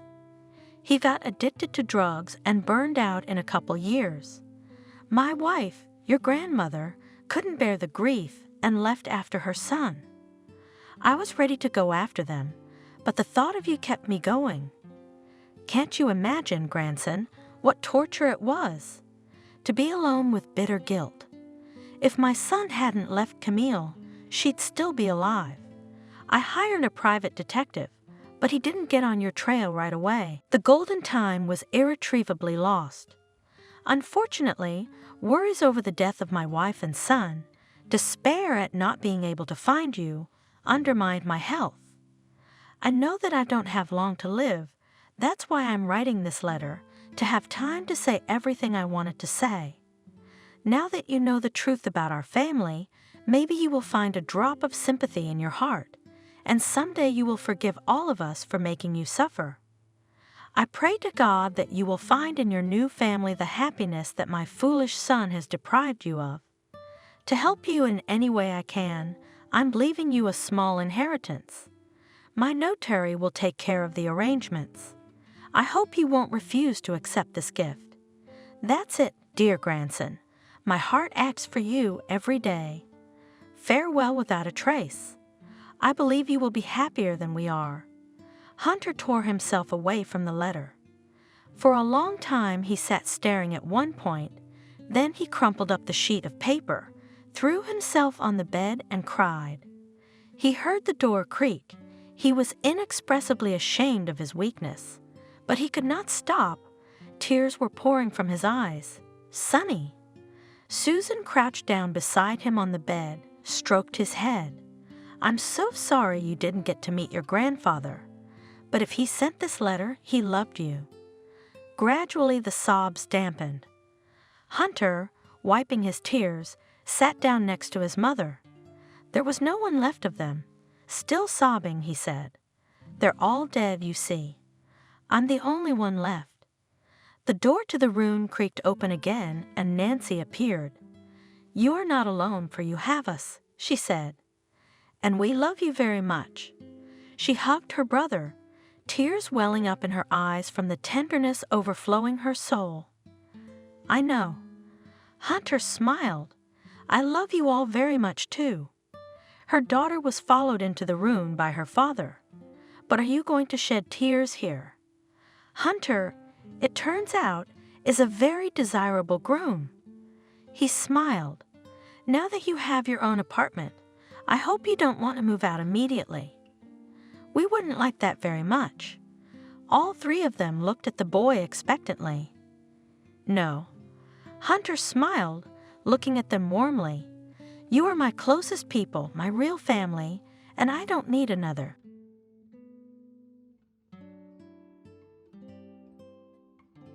Subscribe and click the bell. Charles was preparing to receive guests. Modest get-togethers with friends were planned, which had become a weekly Friday night tradition. There was beer left in the refrigerator. Glasses and a few juice boxes were arranged on the table. A courier had just delivered 5 boxes of pizza, the freshest, still hot from the pizzeria on the corner. Separately, a large old-fashioned for the girls had been ordered. For some reason, the girls usually found pizza to be too colorful and figure-damaging a food. But a lump of starch-rich rice covered, stripped of fish fat, filled with creamy chicken cream or cottage cheese dinner with high-fat cheese completely satisfied. And where ethically? Perhaps the young ladies believed that the more saturated fatty acids from seafood reduced the overall caloric content of this fast food. It's Japanese-inspired. The strongest advocate for sushi was, of course, Betty. She always demanded a set that included 2 portions of a cucumber slice and a lettuce leaf. And Charles had no idea how one could eat that nasty stuff. However, the girl herself ate a maximum of 3 pieces of fitness out of everything. And then she switched to Philadelphia and himaki legs. But woe betide anyone who tried to make fun of her about it. Betty had a temper and a mean tongue. In addition, she had a very capricious character, which showed 10 times a day. Charles tolerated her moods, realizing that if you dated the first hottie in the company, you had to put up with some inconveniences. And Betty was a beauty, stylish, elegant, temperamental, and sexy, with a gorgeous figure, long legs, and a striking impersonator and face. The subject of dreams of many guys in his entourage. The male part of the company Charles sincerely envied, and he heartily enjoyed this envy. Thanks to her, he felt himself a real macho, brutal patron of women's hearts. Although, frankly speaking, the affair with Betty was the only independent life achievement of Charles Gustman. He had nothing else to be proud of. In his 24 years, he had only managed to finish his studies in one of the commercial universities on some passable and completely useless specialty like office management or documents. He himself did not remember exactly and could not check his diploma because he had no idea where he had thrown it after receiving it. And who would need that cardboard?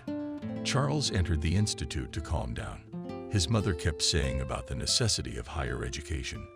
He chose a faculty where he could study without straining himself and have fun at the expense of the abundance of girls. On his stream, he was the only guy, and for the sake of his beautiful eyes and the slightest sign of attention. Classmates were happy to solve interim tests for him, prompted at seminars, and even prepared cheat sheets for the exam. So Charles didn't have to kill himself over his studies, much less expulsion. He was not afraid. Deferment from the army was provided to him for health reasons. Flat Feet is a classic of the genre. Ever since his first visit to the enlistment office, having received his diploma, satisfied with the C's, the guy threw it in some drawer. Never took it out since, never needed it.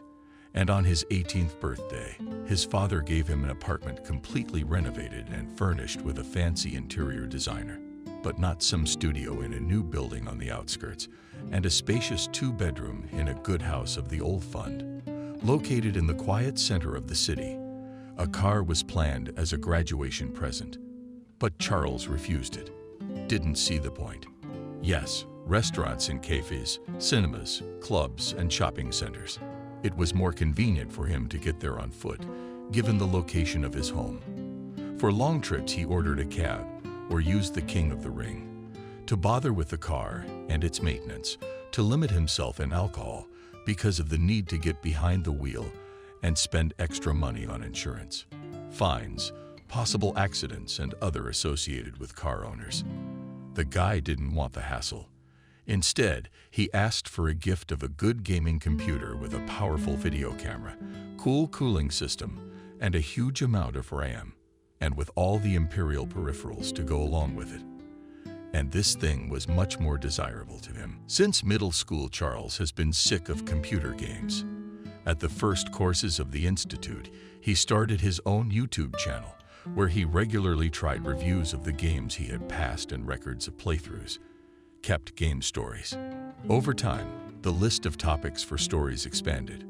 The guy did interviews with cyber athletes and reports from competitions, filmed reviews of emergencies. The most popular games made ratings of manufacturers' sites, announcements of new products commented on retrospectives, showing how developed and changed any of the games from the first to the last part. Arranged video conferences with famous gamers of the world, argued about the peculiarities of clan management. This hobby required a lot of time and effort. Charles devoted all his days to it almost completely. He noticeably rocked the skills of video shooting and editing. He became a good scriptwriter and became proficient in finding hard-to-find information on the net and in libraries, and even managed to master the topic of promotion of videos and channels. In short, thanks to his hobby, guy quite professionally mastered several skills in demand on the modern labor market. But from the point of view of others, all his activities continued to look like a useless children's hobby, and even a regular increase in the number of subscribers to the channel and some earnings from advertising and fans could not convince his friends and family in the opposite. They all believed that the guy is engaged in frank nonsense, but then they added he could afford it. Yes, Charles could afford not to work and fully devote his life to his hobby. His father gave him a monthly sum equal to the average Moscow salary. Even though they lived in a relatively small provincial town, a successful businessman, owner of the largest chain of home goods stores in the region. He didn't consider it a big expense. Charles did not think much about the situation. He believed that parents were there to help their children. Gustman Sr. remembered well how he himself had worked all his youth without vacations and weekends and wanted his son to be able to spend his younger years. Otherwise, he planned to support Charles for 30 years and then either involve him in the family business or put him in some warm place in the city administration. The son knew about his father's plans, but hoped that by 30 he would be famous and independent thanks to his YouTube channel, and that he'd be out of the woods. But so far, Charles just enjoyed life and engaged in his favorite hobby. At first, his mother periodically brainwashed him, saying that at his age it is time to find a job and cover his expenses independently. That Charles got a job as a specialist in a small advertising agency in the capital. The job took him about 6 o'clock a week. It could be done remotely. And the guys were completely happy with that. Paid there, however, about 10 times less than he received monthly from his father. But the mother calmed down and stopped acting on the son's nerves, which was the whole point of the whole thing. The company in which Charles hung out, from which he regularly met on Fridays, was about the same circle with him. Children of wealthy parents, big businessmen, officials, lawyers, developers, investors. All of them had known each other since childhood. They had practically the same opportunities to start, and most of the buddies took advantage of them. Only good education, often abroad, stable work in large companies, not bad for their age, positions, steep salaries. That's what life looked like for most of the guys in Gustman's entourage. Girls, of course, mostly played the role of socialites. Some tried their hand at modeling. Some tried to become a singer or an actress or a fashion blogger. And some just stoked their parents' money for endless clothes, partying, and traveling. But there were a few young ladies who were educated in their field of interest and worked in their specialty, albeit with varying success. Only Adriana stood out from the general mass. A girl from an ordinary working family is now a bohemian artist and a sought-after digital designer. She got into the company by accident with one of the guys. The guy who brought her has long since disappeared somewhere in the vastness of Europe and stopped contacting her. And Adriana stayed and didn't look like a poor relative at all. In general, most of the guys and even girls from Charles' party already had some achievements of their own, clear reasons for pride. But nevertheless, Gustman's buddies did not consider him an outsider. Each of them had also been educated on their parents' money. Thanks to them, he solved problems with the army and housing, a car, and sometimes a job. Almost everyone's parents periodically planted different sums of money for vacations, or to upgrade the car, or just to live. So it didn't bother his friends at all that Charles, in fact, lived on his father's handouts. It was the norm among them. But they didn't take him seriously either. Rather, they treated him as a teenager stuck in his childhood. There was another avid gamer in the company, Charles Guthrie, but he was treated very differently by the crowd, perhaps because he successfully combined his hobby with his work in his father's bank, or maybe because Charles was an official member of the regional cyber sports team. He was well known and respected in this field and regularly participated in cool competitions and won big cash prizes. Charles didn't know the reasons why, but he felt it. Charles perceived as being the same age as his Charles as a younger brother, and even his affair with Betty had not brought him to the level of an adult in the eyes of the company, although it did add a couple or 3 points to his personal ranking. Well, that's okay. Betty, though sometimes a tiresome beauty, was also good in bed. So Charles considered himself a winner, and he would get serious about himself when he would bring his channel to the top and earn large sums on it steadily. The guy was sure that it would happen in the near future. The guests gathered gradually. Guthrie came one of the first, and from the threshold greeted with a welcoming wave of surveillance. Top secret information. Solemnly, he pronounced it all not to be leaked. These are training records. There are a few chips that we are still practicing. We plan to use them at the next championship. We'll make them public. I'm not going to blow my head off, but it's good for you to familiarize yourself with. Charles appreciated the gift on the flash drive. There were recordings of raids in one game, which he himself was not too interested in, but the viewers of the channel liked it. The guy was going to make a small story on it, but he didn't want to go through the levels himself. And from the shop on the video is quite possible to cut suitable footage, as well as to look more closely at the details of the world map, appearance, equipment of characters, and some other features. Gustman connected the flash drive to the computer and dragged Charles to the kitchen, where a video camera, foreign lighting, was already installed. He and his buddy had arranged a short interview beforehand. They had discussed the script, written out the questions and answers. Now all that remained was to shoot the material. Charles seated Kowalski in a chair in front of a low table. He sat down opposite, turned on the camera from the remote control, and began cheerfully looking into the lens. Greetings, dear subscribers. Today my channel is hosting a famous cyber athlete, winner of several regional and federal tournaments, Charles Guthrie. Those who closely follow the world of cyber sports, this name is certainly already known. So now you have the opportunity to get to know the master of the show morning. Thanks to careful preliminary preparation, the shooting took only about 40 minutes. When Charles and Charles returned to the living room, almost the entire company was already there. Only Betty was missing. But that was familiar. In her own sense of good manners, she believed that girls were not only allowed to be late, but even expected to be late. However, the girl showed up just 5 minutes after the interview was over. Charles thought he was lucky.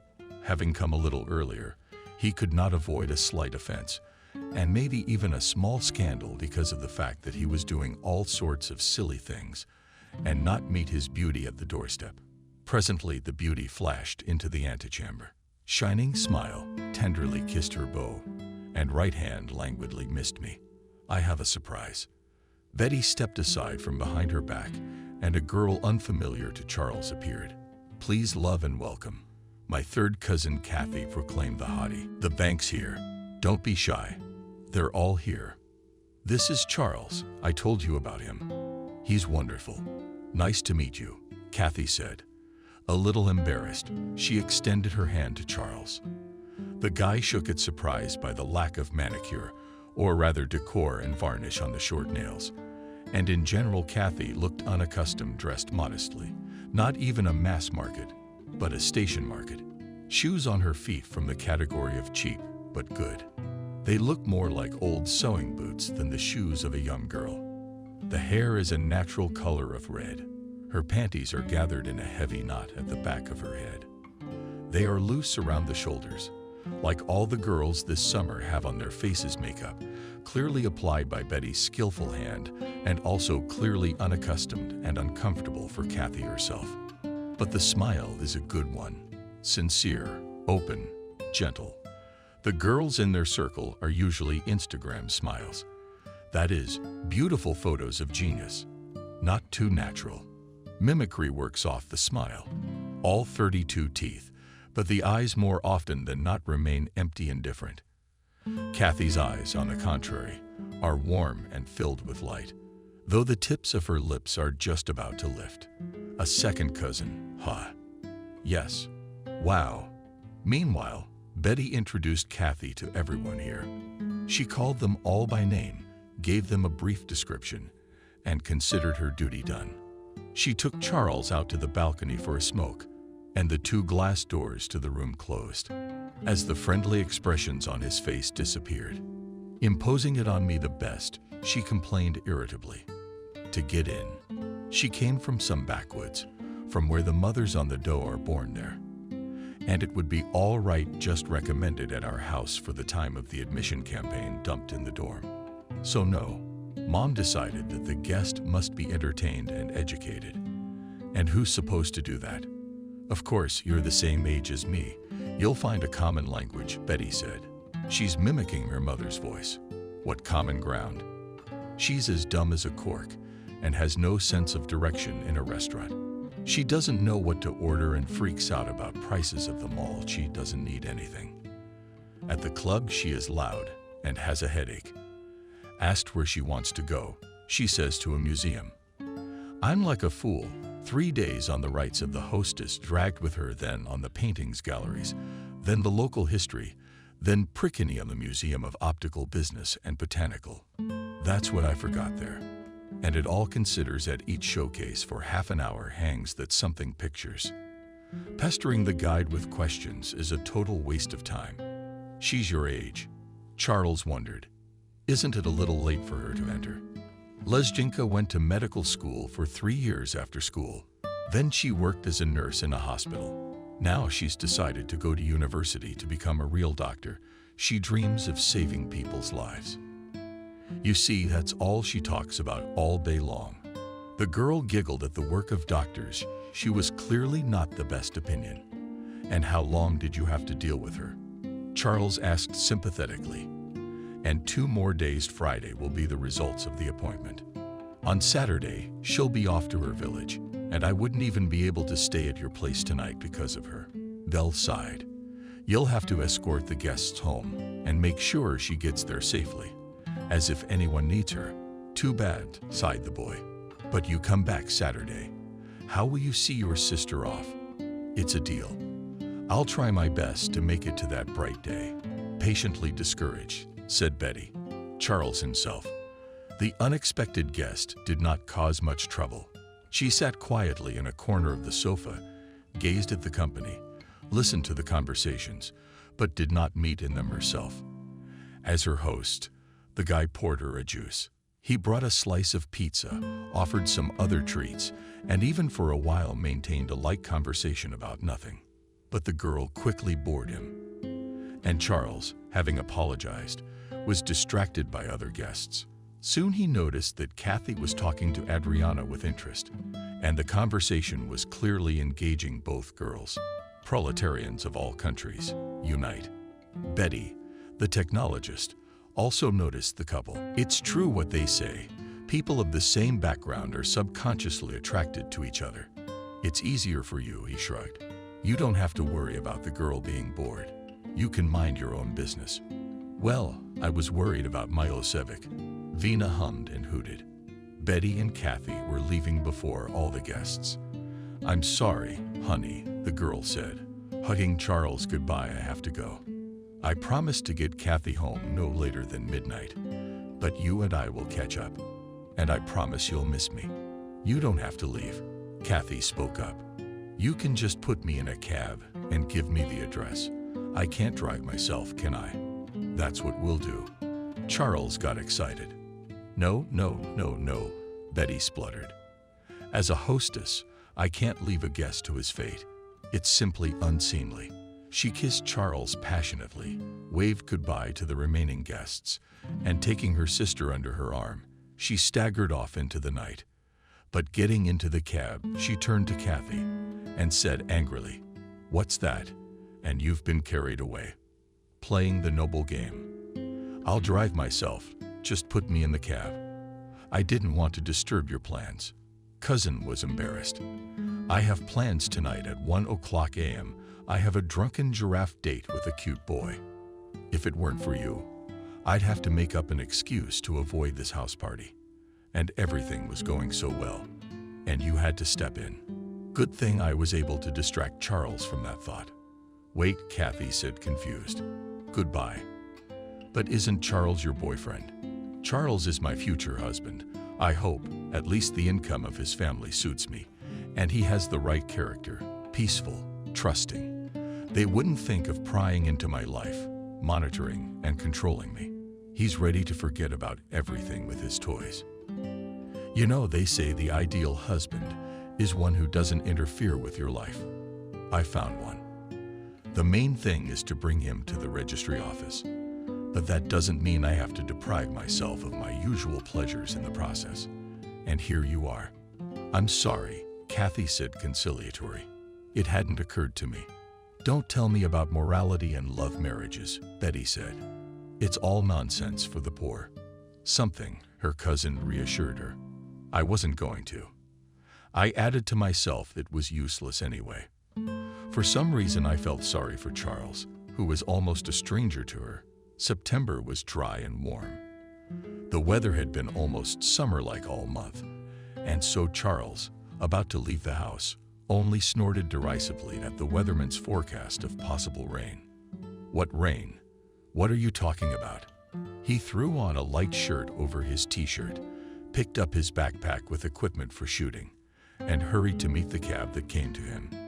He had to go to the other end of the city, to one of the outskirts of the working regions. The guy hated such places, but today he had no choice. Today Charles had arranged an interview with the youngest cyber athlete in the city, a 13-year-old boy.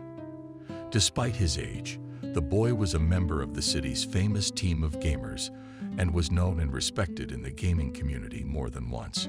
It was his actions that brought the team the prizes, and in general, having communicated with his hero at several competitions and in the network of the game, I was convinced that the boy seriously understands his game world and can easily shove any older player behind the belt. The kid was definitely worthy of an interview, but due to his age, he could not come to visit the interviewer or meet him. Somewhere in the center of the city, it was necessary to make arrangements with his parents to accompany him, to choose a time, to make long and tedious schedules. Charles decided that it would be easier to visit the boy himself. Especially, he suspected that in the presence of his parents, the kid would not be frank and relaxed enough in front of the camera. An hour after leaving home, he disembarked from the cab at the entrance of the Yum Gay World and called him. "I'll be right down," the boy said into the phone. And a few minutes later, he did indeed appear from the front door. His parents wouldn't let him rent an apartment. He said, a little embarrassed, "Well, it's not a fresh mess. Why embarrass yourself in front of people? But I'm home for the money. They're lying grandmothers. We can even set up somewhere in the yard." Such a substitution promised Charles additional complications. He counted on shooting indoors, so he took the lenses with him with such a calculation and light to reflect, or for some reason dragged spare batteries for the camera. I didn't realize I'd have to do something about it. "Okay, well, let's give it a shot. You and I need a flat area with some benches to put you on, so it's shady but not too dark. And no people walking around. They'll get in the way." While they found a place, while they set up the camera, took a few shots, while they filmed the conversation itself. 4 hours passed, although Charles and discussed plans for an interview with his hero. But still the preparation was not as serious as, for example, with Charles Guthrie. Therefore, some of the lines, or even the whole answers, had to be shot from several takes, from several angles. Sometimes the boy would get too involved in a topic. Charles had to wait for the end of his arguments while praying that the batteries of the camera would not die. After the conversation was over, Gustman asked the boy to take him around the yard and the neighboring streets to show him the school he was attending and the way to it. He wanted to get some shots of the surroundings for the story's opening and ending. The walk took another hour and a half, and in the process, I felt very hungry and slightly cold. It got noticeably colder outside. Clouds gathered, and the wind blew. It seemed that the forecasters had not lied about the forecast. Having parted with his interlocutor, Gustman decided to look for a cafe or a canteen in the area to have a little snack, and it was better to call a cab to a place whose address you knew exactly. There were no numbers or street signs on many of the houses in the neighborhood. Charles moved toward Center Street. He expected to find a more or less decent establishment there. But no sooner had he gone a few hundred meters than the promised downpour came from the sky. Strong, dense, with large drops, it instantly blotted out the guy's light windbreaker. 10 seconds and Charles seemed wet through and through, right down to his underwear and socks. Gustman looked around for some shelter and was lucky enough to see the sign of a Pietrochka through the rain. Huge leaps, carefully covering his backpack with equipment. He rushed toward the store and ducked into its vestibule with relief. It became clear that Charles was not the only one who had thought of sheltering from the rain behind the supermarket doors. The vestibule was packed with locals, and the guy didn't want to jostle among them. Andrew was in the trading hall, but after a couple of minutes he began to shiver from the cold, which smelled from open showcases with milk, with cheese and sausage. Wet, Cold, hungry, Charles was angry at the world, and his anger only intensified. After several attempts to call a cab failed. There were no free cars. No one wanted to go out in such bad weather to beat someone up. Now Gustman thought gloomily. And then he was called out. "Charles, it's you." He turned around and saw a young girl in homemade plaid pants and a stretched t-shirt near the cash register. Her face was vaguely familiar.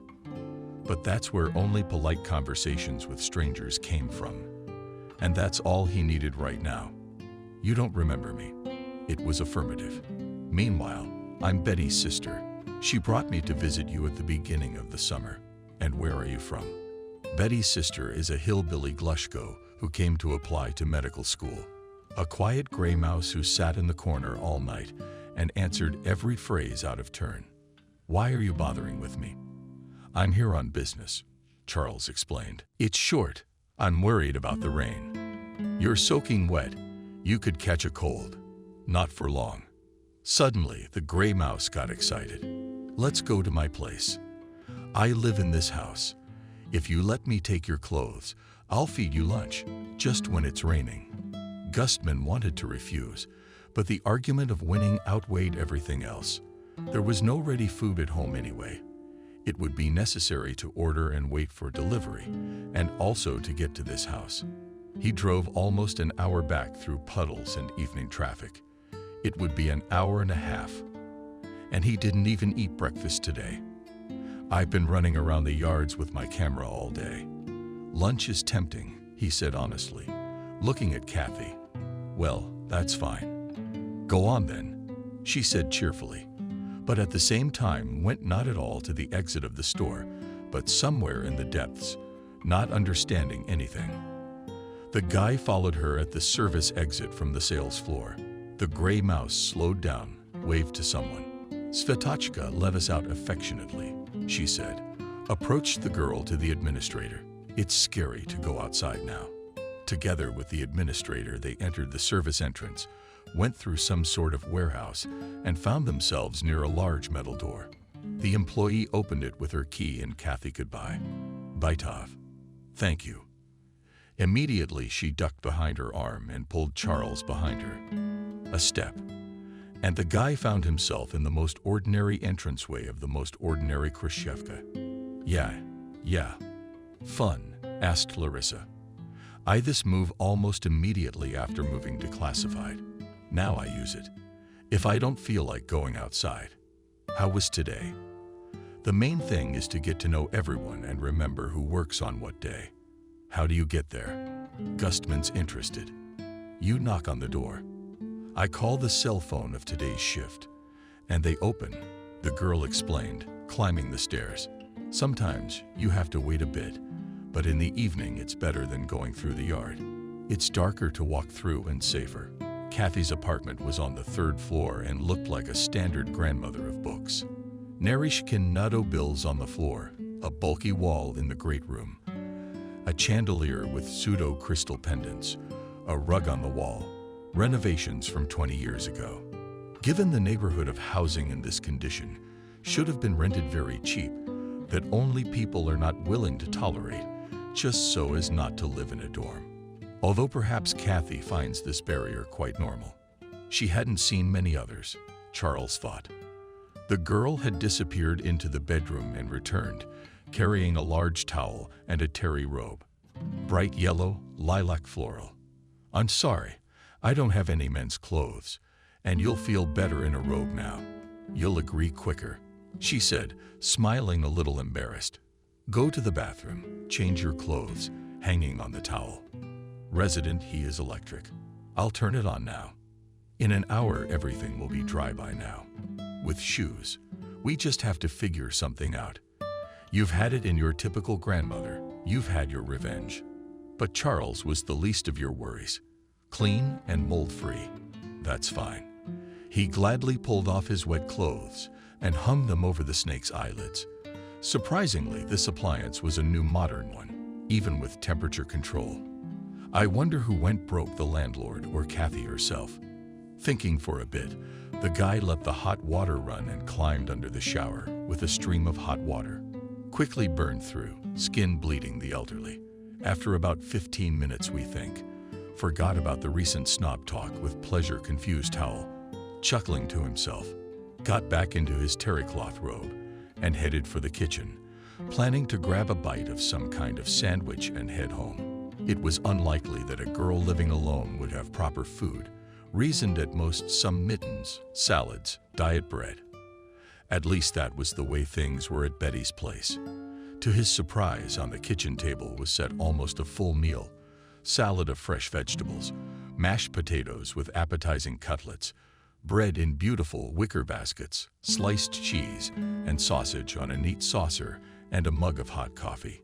"Good for you for guessing and not being shy," Kathy complimented him. "Sit down. Everything's ready. It's still raining, so we can eat slowly and properly." I never thought I'd end up almost in a restaurant. Charles grinned. "This looks delicious. I thought girls didn't cook for themselves." He continued with his mouth full, taking it for a cutlet. "But who does? I like to eat.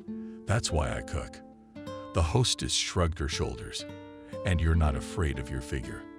asked the guy. "Not a bit. I have to run so much to study and work that to get fat, just no chance. We are lucky with genetics, and our family all skinny. So you did get in. How's it going for you?" Gustman said. He was not interested, but the politeness of the guest obliged to keep the conversation going. "Interesting. Really?" said Kathy. "Tough. But I'm glad I didn't take the concessionary one. After college, you could have skipped the first year. But I thought the school was a few years ago.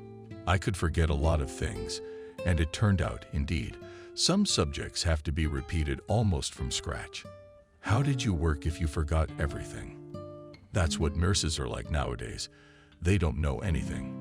"But at work, most of the theoretical subjects and did not need," objected the girl, not offended. "Well, the same Latin, for example, or anatomy so in-depth as a doctor. A nurse does not need to know it. Come on, you're not interested. Why don't you tell me about yourself? What do you do? Where do you work?" "I don't know much about you. You're a guy, my sister Olia told me. Your work has something to do with videotaping. You're a cameraman on TV, I guess." "No," laughed Gustman. "I have nothing to do with television. So if you wanted to become a star with my help, I can't help you. I'm certainly not interested in your world fame," smiled Kathy in response. "What are you filming then?" "I have my own YouTube channel," Charles said proudly.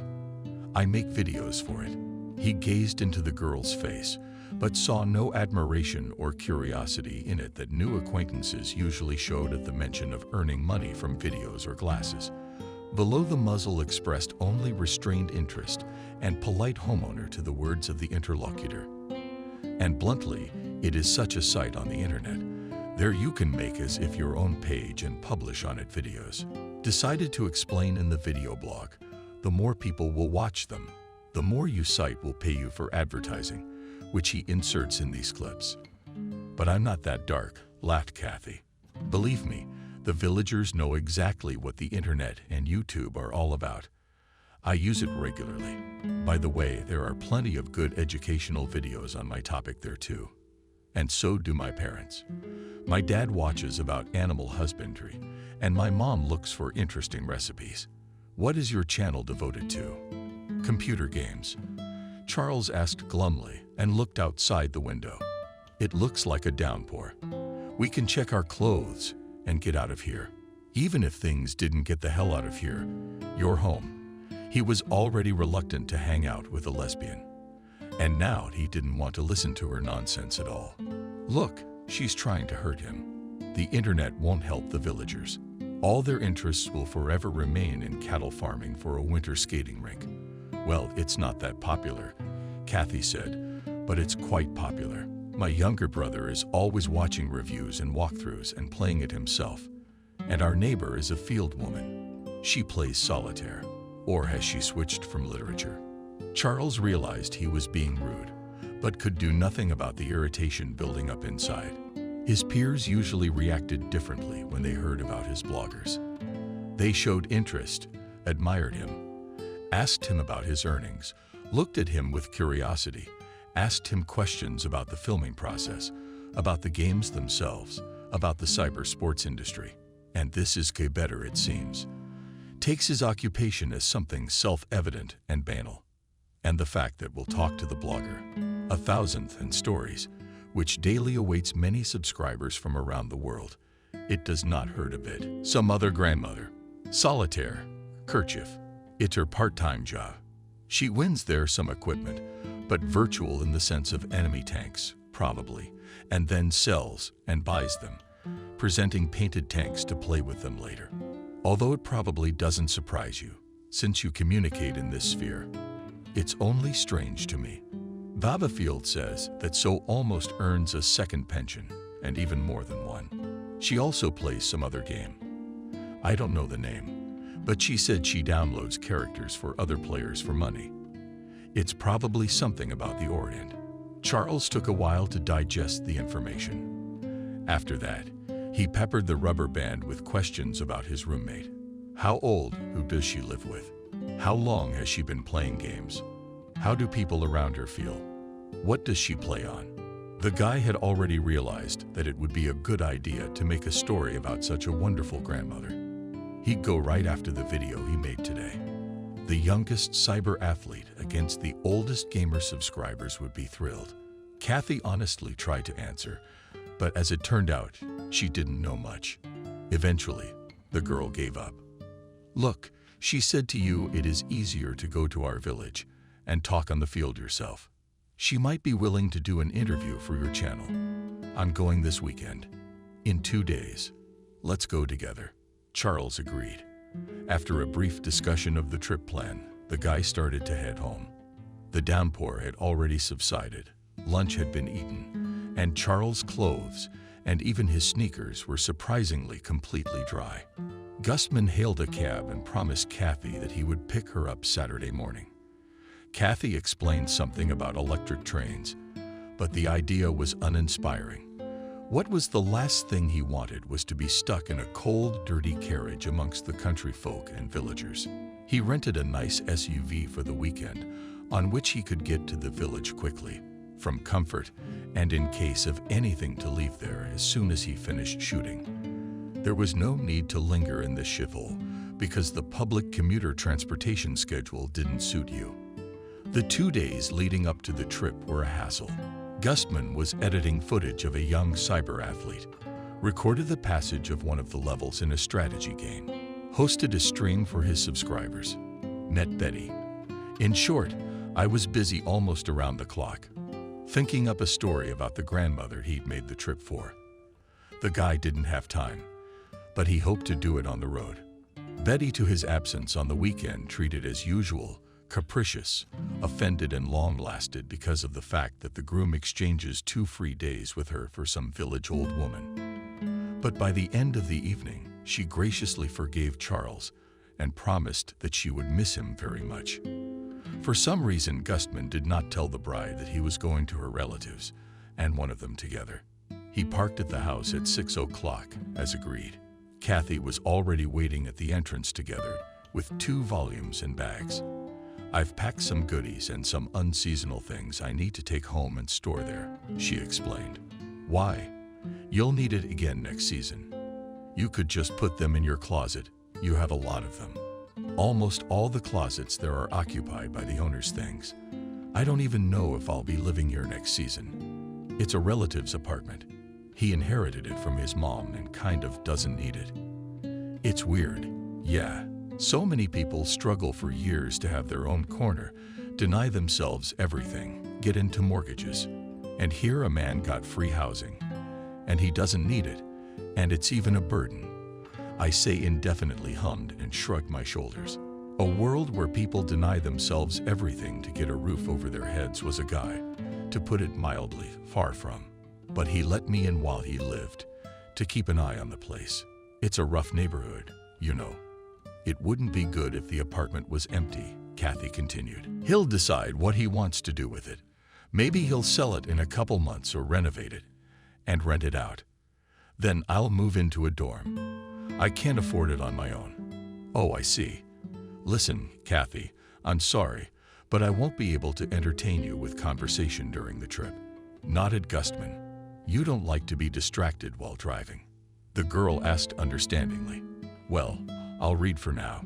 She took out a thick book from her bag, wrapped the paper around it, and delved into it with visible interest. Charles was surprised that the girl was not at all offended by his veiled requests to be quiet. Betty would have been in her place. It was scary to think about. First, she would have kept quiet for a while. Then she would have tried to make conversation about something else. And then she would have pouted because Charles didn't respond to her words. Then she would have made a scandal right there in the car. Despite the fact that a man behind the wheel shouldn't be distracted and nervous. Maybe Kathy was only quiet for a while. But no. It turned out that the girl is quite capable of occupying herself for the duration of the trip, and the reluctance of her acquaintance to be distracted from the road was taken seriously. She read, sometimes taking a break from the book, and looking thoughtfully out of the window. Occasionally she made some notes, but she didn't bother to talk. This is going to be perfect, Charles thought. In the blissful silence of the car, he had time to think over the script of the future video in relative detail, to make a list of additional questions for the interview, to estimate what shots and plans should be made to emphasize more vividly the rural origin of his future heroine. Only when the SUV drove into the village, Gustman distracted from reading, asking to show the way to the house. The girl is quite sensible, and in time prompted the right turns. For what Charles I even had a little respect. After a beautiful goodleaf fence, behind which a well-groomed rider could be seen, the boy slowed down in a cheerful mood. And when he and Kathy passed into the station, his spirits soared. Almost at the gate waited a round milestone, height and a boy of about 12 years old, peering curiously at the lush guests. Wow, this is real. Gamer Kathy, where did you get it? The kid said, hearing his YouTube nickname. Charles smiled, noticing the delight and admiration in the kid's eyes. He suddenly felt like a budding rock star, having met a devoted fan on the outskirts of the world. This is Charles, Oleg's fiancé. Remember her? Asked Kathy's brother. Wow, so he's also related to us. Guys, you're crazy, exclaimed the boy and turned to the guest. And you'll be with us for a long time. I'll call the guys. We watch your channel all the time. You have a cool breakdown of strategy and passages are useful. Tell us how you did at that castle. That kid started spouting off game names, terms unfamiliar to Kathy, but seemingly understandable to Charles and me. William, she interrupted her brother, laughing. Let the man rest and eat his breakfast. You'll have time to hang around. A voice came from the side of the house. A stately, middle-aged woman was approaching them on the path. Apparently, Kathy and William's mother has lost all peace since you called, and when she heard you were coming as a guest, she almost spent the night. He's been on the porch looking all over you and knocking all his buddies off their feet, she added, with a chuckle. They argued really with him on the same blogger will come or confused and something. Passing the use. This is my mom, Aunt Jenna. This is William, my brother. We'll have tea after breakfast. Then we'll get down to business. After breakfast, Charles surrounded William buddies. The crowd will snap at 12, 14 years old. More than 2 o'clock passed in conversation and questioning, but for Gustman they flew by unnoticed. He was proud and pleased with his sudden popularity, even though it had caught up with him here on the edge of the world, as he put it to himself. His adult peers were interested in his bloggers, but their interest was more restrained and focused more on the aspect of earning money from videos. Boys admired his work sincerely and fervently and asked more questions about games, features of their passage game worlds. In short, just about what occupied the guy himself. The conversation with the boys took Charles seriously. It lasted until almost noon and would have lasted even longer if Kathy, who had left the house, had not asked the internet star with a sneer, "Have you forgotten why you came to see us?" Gustman snapped, "Indeed, time is running out, and here he is playing Superstar. To his happiness, young fans were happy with the news that their idol came to interview Baba Poli. The guys immediately recommended her in the best possible way.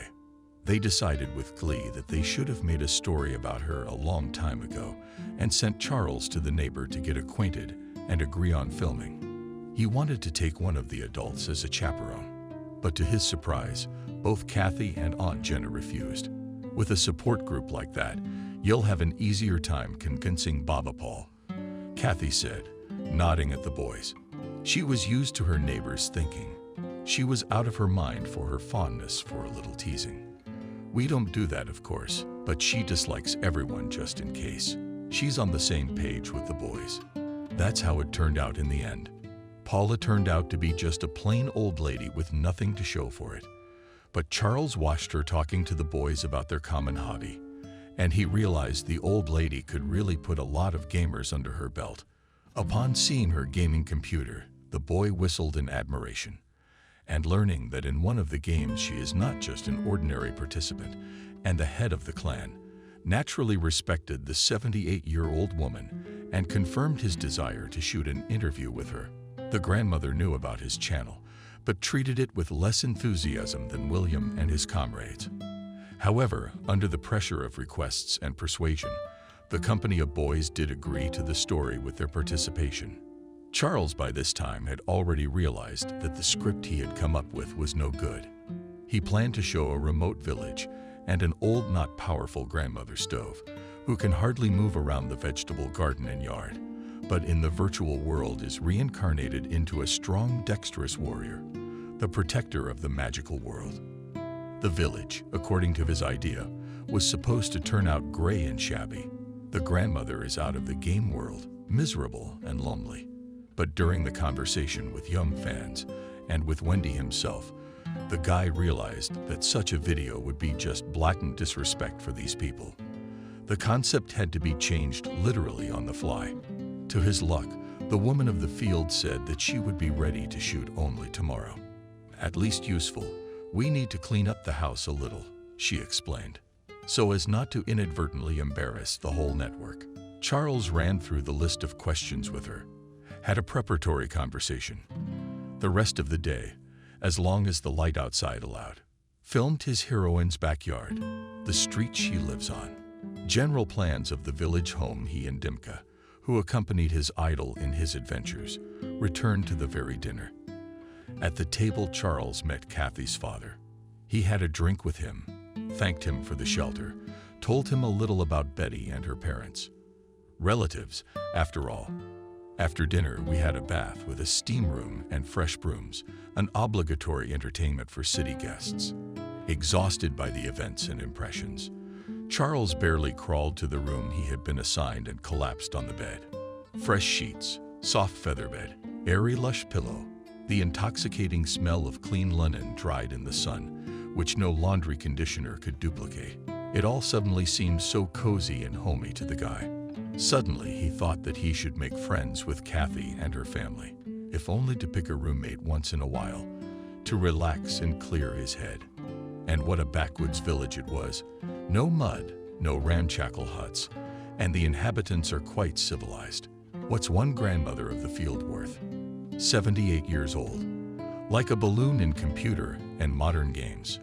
Charles tried to think again about tomorrow's shooting, but fatigued by impressions and unusual for him load, walking Bono quickly became confused in his thoughts, and he was also very thirsty. He should have brought a mug of water or kvass with him to his room. After all, the offer was to bake iron. He refused. Now he would have to get out of bed and find the kitchen in the dark, unfamiliar house. Charles sighed reluctantly, got out of bed, and looked out the door. The house was dark, and everyone seemed to be asleep. No, there was a light on the veranda, and there were soft female voices coming from it. No other way. Mom and daughter are resting after the bath. The boy thought and headed in that direction, hoping to ask the women for water so that he wouldn't have to wander around the house. He walked quietly so as not to wake up the rest of the household and reached the sacred space later, when he suddenly froze on the spot. A scrap of conversation reached him. "You're too protective of him. Aunt Jenna spoke cheerfully, not like a hostess of guests. Hasn't she fallen in love? No, Mom. Alice's voice answered in the woman's tone. I just feel sorry for him. He seems like a nice guy, kind and enthusiastic. Alex is spinning him as she wants from him runs on a date to some guys with whom she meets through the internet just to fuck. It's true, when I was staying with them, she never spent 13 o'clock at home. And every time she bragged to me about the hot guy she was going to see tonight, she'd show me pictures. She never said a kind word about the games, but when she's with him, she's such an affectionate bunny. My favorite, my Poozy Poozy Poozy. It's all she's got to play for. She could have gone out with her coworkers. Why keep it to yourself? Couldn't he have found a better one? She says she is satisfied with the income of his family, and as a husband, he is quite useful to her, because he is so busy with his toys that her life will not interfere. Imagine how I felt hearing that, especially after I met Charles. I first thought he was just as cynical, rude, and then I watched him as well when she introduced us, and also after that, and today, and felt so sorry for him. Like you know, an abandoned puppy. Gusman, stunned by what he had heard, carefully stepped back into the corridor. He had already forgotten his thirst. He crept quietly back into the room and banged the door awkwardly against the jamb, but did not pay any attention to it. He sat down on the bed and lowered his face into his palms. What shame. How vile, how nasty to find out such a thing. So Betty twists his tail and is not the least bit embarrassed about it, and even brags about his adventures. And to who? In front of her wiretapping sister, who can hardly keep her mouth shut. And only in front of her. Suddenly her stalling is already known by their entire company, and only Charles is still unaware of the length of his horns. Suddenly everyone's been laughing at him for a long time, or pitying him in secret like an abandoned puppy man. And the comparison should be humbling, but it's actually shameful. No, Charles did not feel the despair of a betrayed Betty in love. He was not in love for a minute, though he sincerely admired the girl's beauty and sexuality. He felt only resentment and anger. Look how for a chump he keeps his family income suits her and wants to make a husband out of him, who will support and not interfere. What a bitch. I've got to do it now. Right now. Right now. Tell her to go to hell. Don't find out. Don't ask. Don't accuse. Don't make excuses. Just send her to hell. And so that she would understand how much he despised her, how much he hated her, and would not try to object or apologize or start a scandal. By the way, how could he even tolerate her poise and scandalousness for so long? Were the big tits really that much of an eyesore? Charles dialed, was Betty's number, but heard only the answering machine message. Writing to one of the messengers seemed like a bad idea to convey all his emotions. Texting alone wouldn't do it, but a video message to the ladies, it would be best in front of the camera. He would be able to express anything by tone of voice, facial expression, pose, angle. It's a habit. And send that recording to Telegram. She uses it most of the time. She'll see it. She won't say she didn't look at it. She won't say no. Charles opened the laptop that was on the table, adjusted the lighting angle, set the table so that the picture would turn out as he planned with the right light and the right background. Finally, the guy sat down in front of, but Morning turned on the video recording program. But no sooner had he begun his address to the door. The rooms fell away and she walked in. Vanessa looked closely at the face. Guest closed the door behind her and said a little guiltily, "You overheard me and Mom, didn't you?" "Why would you say that?" asked Gusman. Angrily, "I heard the door slam, and I can tell by the way you look. You've got that look on your face right now." A face, Charles thought grudgingly, not unlike that of an abandoned puppy. What would she know, that girl? I lured her to my place. She flapped her eyes at me, then texted me all weekend. She could have told me about her sister. She could have. Why didn't you tell me if you were so decent? And now you feel sorry for me. You see, I'll show you an abandoned puppy, And I'll show your sister that she's not the only one who can sleep around and lie to your face." But of course he didn't say all that out loud, just shrugged his shoulders as indifferently as possible. "It's a normal face, don't make it up, and get out of here." He rose from the chair, pulled Kathy by the arm, pulling her away from the bed door, drew her to him, hugged her firmly, kissed her as he kisses the most desirable lovers, and feeling the girl's reciprocal movement, he smoothly lowered her onto the bed about the switched-on camera, which stood in front of the laptop until the morning. Charles never remembered. The first thing, Adriana dragged a decrepit Viennese table from the bedroom. She stopped it near the kitchen table and climbed into the seat with her legs. For some reason, out of all the furniture in the apartment, the artist preferred this old man of Zenith production, and to use more stable and strong stools refused flatly. The girls had been talking to each other for several months since that party at Charles's in early summer. Then they got to talking, found in each other a lot of common interests, sense of humor, views on life. They exchanged phone numbers and became buddies. Most often, Adriana met Kathy after university, and if she had a free evening, led her to some bohemian event. But she visited her new friend at least once a week. But she did not invite her to her place, referring to the difficulties with her parents, with whom she still had to share an apartment. Usually meetings were planned in advance, but yesterday Adriana had called and stated unhesitatingly that she needed to talk urgently. What time tomorrow is free? And now at 7 o'clock the artist was already taking a cup of hot coffee from the poured leaves. The hostess moved her friend sugar and looked at her questioningly. "Come on, tell me," she said, with difficulty suppressing it. "What is your fire?" "I hypothesized, Adriana. And to be sure, you have your hands up to the sky. The pent-up frustration of female curiosity. And only you can save me." "And how interested?" asked Kathy. "You tell me, what happened between your sister and Charles? What happened between them? Don't you know?" Adriana blurted out incredulously, texting Betty something like, "We're breaking up. I'll bring your stuff back Monday at 6 o'clock. And then he was out of range. And then on Monday, he brought a box. You know what's in it? Shampoos and makeup and combs. The kind of stuff that girls leave with guys who sleep over. I didn't even go into the apartment. I just handed it to her across the threshold. She didn't take it, started to ask him what happened. So he just silently put this box by the door outside the window on her, so on Betty. And he turned around and walked away. And he hasn't picked up the phone or returned her texts since. You know a lot more than I do. Where did you get those details, by the way?" Kathy smiled.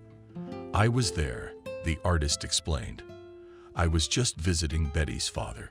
We're supposed to sponsor a new exhibition. We were talking details. I was about to leave, and in the hallway I caught this scene. The box went into a corner, the hallway bumped. The door slammed, and she ran off to her room sobbing. I wanted to comfort her and find out what was wrong, but she kicked me out. The girls tried to talk to her, but they only found out about the message. About what and where now. She can't get anything from him at all. He just says he's busy editing. He's not in time. So I thought you might know something." How would Kathy shrug? "We didn't write that we weren't communicating. I did let her know when I moved to town. She said, Oak, we should meet somewhere. That's all." "And Charles? What about Charles?" Adriana was immediately interested. "Nothing, really. We met by chance a couple of weeks ago and chatted. Then he came to our village, filmed a story about our neighbor, stayed with us, and that was it. It's about Gamer's grandmother. Look, fire. I just love her. I wish I could keep the same intellectual activity, interest in new things at her age," my friend said enviously. "I reviewed the story several times, and even Donatello to her," Kathy clarified. "Not Charles." "No." Charles inserted her phone number at the end of the video and said that Wendy's fellow villagers were skeptical of her hobby. Like you can text her with words of encouragement and approval. It'll make her feel good. Well, you must have seen it yourself. I checked the card on the phone. So I sent her a transfer with the words of encouragement. It's a little 1,000, but I think she'll be pleased. That's cool. Vanessa said it sincerely. You're good. Should I watch the video too? It's a neighbor after all. Look, it works out that way. The breakup messages were sent because of your trip. You didn't notice anything strange about him at the time. Maybe something happened. Maybe he was acting unusual. I don't know how he normally acts.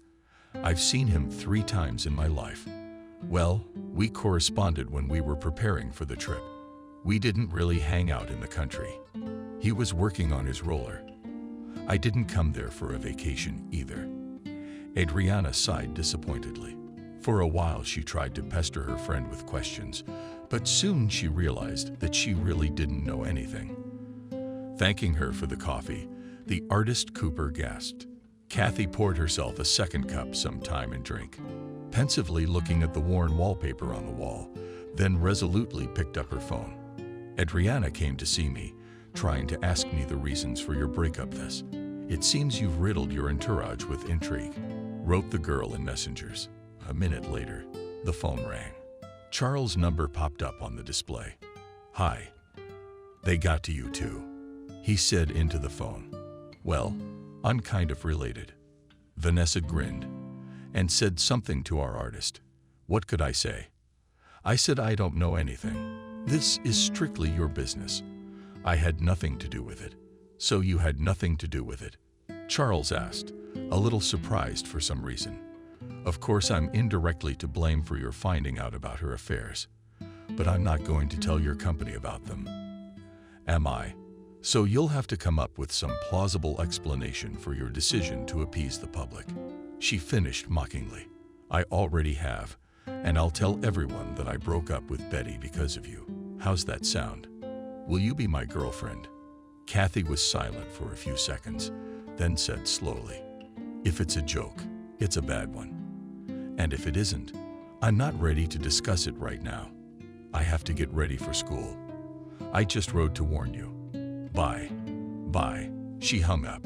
It rang. She sat for a while longer, looking at the familiar pattern on the wallpaper and sighed, heading for the Andes. Anyway, the lectures would start in 2 o'clock, and there was no need to be late for them. Charles looked thoughtfully at the phone screen, carefully lay the gadget on the table. She wasn't ready to discuss it, but she should be. Yes, any girl in her position would have agreed without hesitation to a guy like him. Gustman, even for most city girls, he's a bargain. What about a college girl from the country? With money, with an apartment, good looking, with a light character, not bad in bed. Not bad at all. He remembered the night he spent in tears.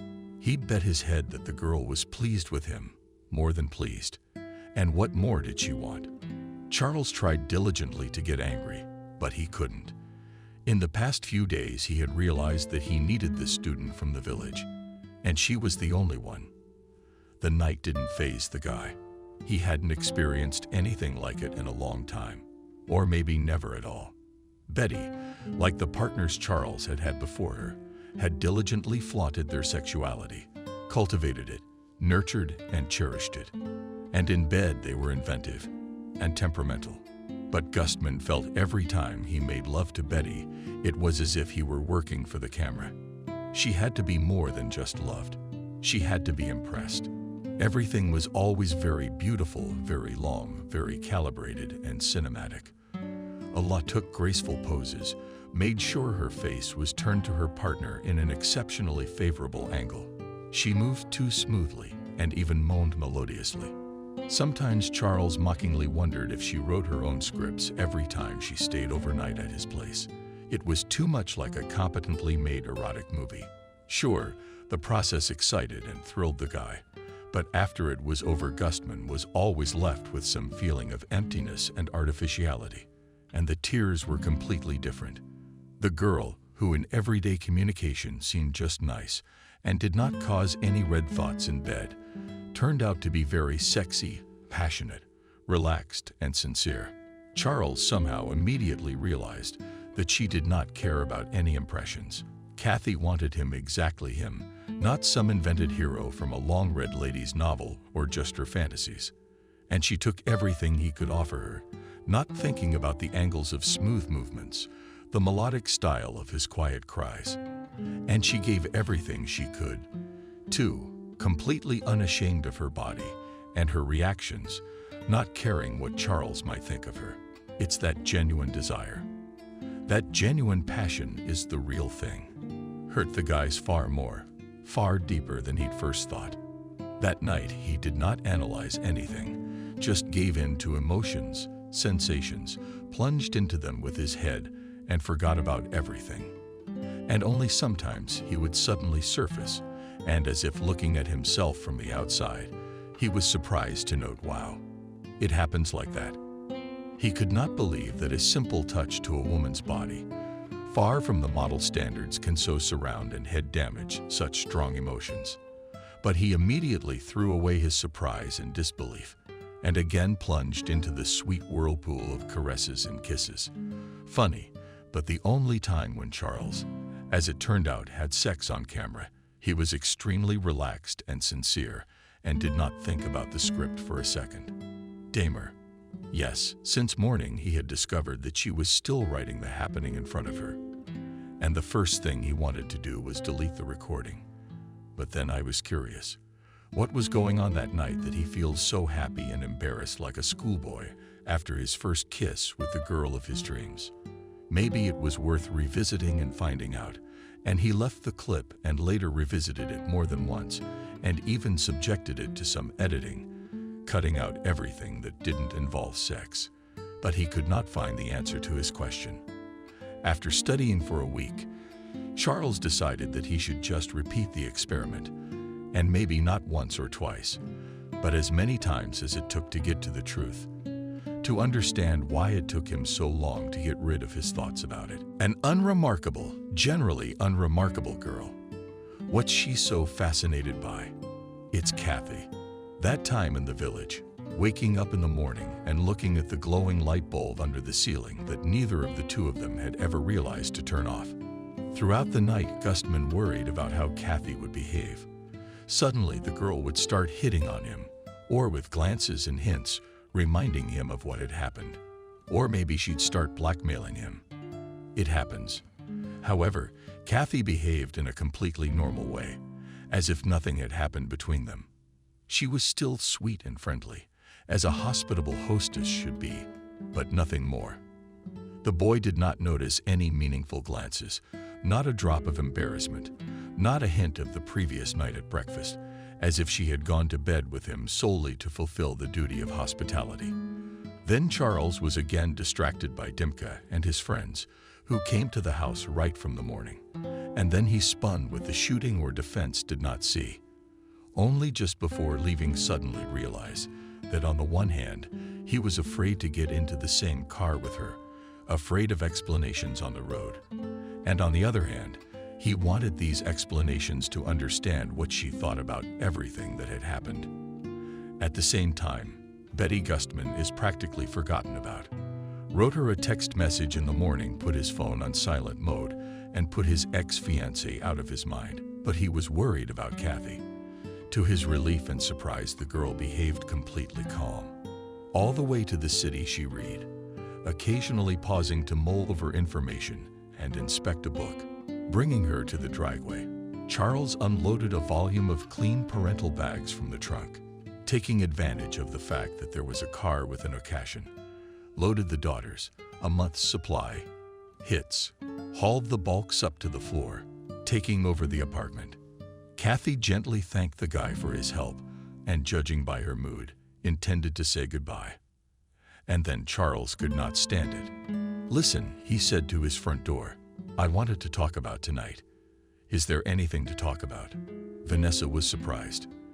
The prepared speech stuck in Charles' throat. "You were upset to hear about Valka.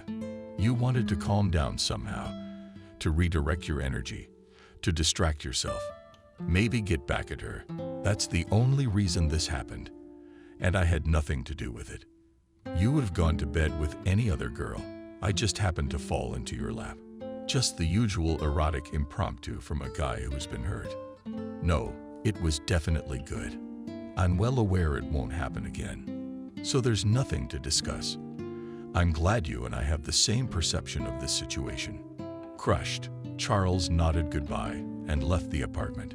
It was only a few days later, when the first impressions had subsided, when the accidental video had been rewatched more than once, and when he was finally able to admit to himself that he wanted to do it again, Gustman suddenly thought, well, I in my then state would have laid with any girl.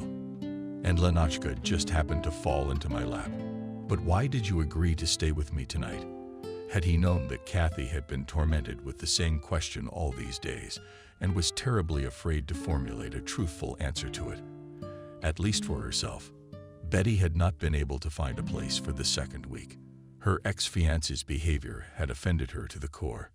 She was indignant, angry, and unhappy at the same time. First of all, because she'd been dumped in the first place. Such a thing had never happened to the beautiful Betty. She was always the first to break up a relationship. Secondly, it pissed me off that Garrick informed me about the breakup via Messenger and just put it in front of me, refusing to give any explanations. It was disgusting and humiliating. But also not subsiding attention of friends added Wendy to the fire, igniting the girl from the inside out. At first their looks were sympathetic, but quickly changed to interested curiosity, and a little later became something contemptuously pitying. Her first beauty of the company was thrown by a guy whom no one took seriously, even for video blogs, who played sharply to herself in children's toys. Already a few years declared in the status of a beginner YouTube, she was not good. How do you live with a reputation like that? How does it feel to bear such a blow to one's self-esteem? At first, Betty was infuriated, suffering aimlessly, but soon her emotions transformed into a burning hatred that quickly found Robert. Naturally, it was directed at Charles. Guys, revenge was needed for her Al-Qaeda-tainted reputation, for the ruined plans for a future in which she saw herself as Mrs. Gustman, secure and carefree for the few years she had spent having an affair with him, though she could have used them more productively. The idea of revenge came quickly. To Charles, what was most dear to him was his channel. And, as the girl had noticed, its popularity had begun to grow steadily recently after 2 commercials about a young cyber athlete and an old lady gamer show. So the channels need to be destroyed. I just have to figure out how. Betty was lucky. When she was sorting through the box of things Charles had brought her, she found a set of keys to his apartment. It was in the cosmetics room among the creams, pencils, liners, and other things every beauty needs. The guy just didn't see it. He probably didn't even look in the cosmetics. Why would he? Good, Betty decided. Now she had access to his house, which meant she had access to his computer. So she could get on there and delete his stupid channel and his account with all the videos and subscribers. That's the kind of thing that would give Charlesk a stroke. It would be the cruelest revenge, even tougher than marrying an oligarch and making him hire Gustman to clean the toilet. The only thing left to do was to get the moment when Charles would leave the house for at least a couple of hours and break into the apartment. And then she could figure out what to do. Betty had to spy on Charles' house for several days. Eventually, luck smiled on her. The guy walked out of the driveway and headed for the nearest parking lot. The king of the ring picked out a car, got in it, and drove off somewhere. Betty wasn't too interested in where.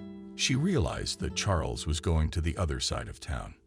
He didn't like to order a cab that far, so she had at least 200 hours.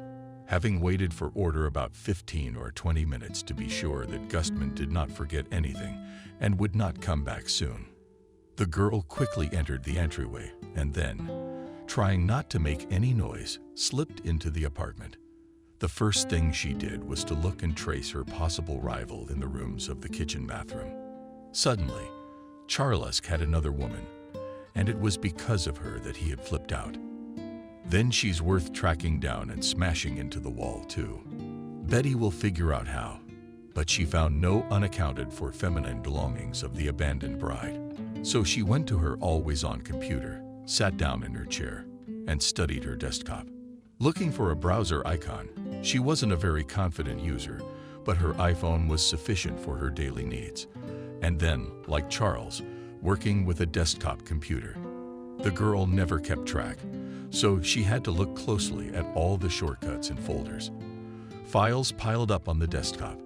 The name of one of the files. The video caught the girl's attention. Charles always named the recordings in a pattern, first with the date of shooting and then the title of the story.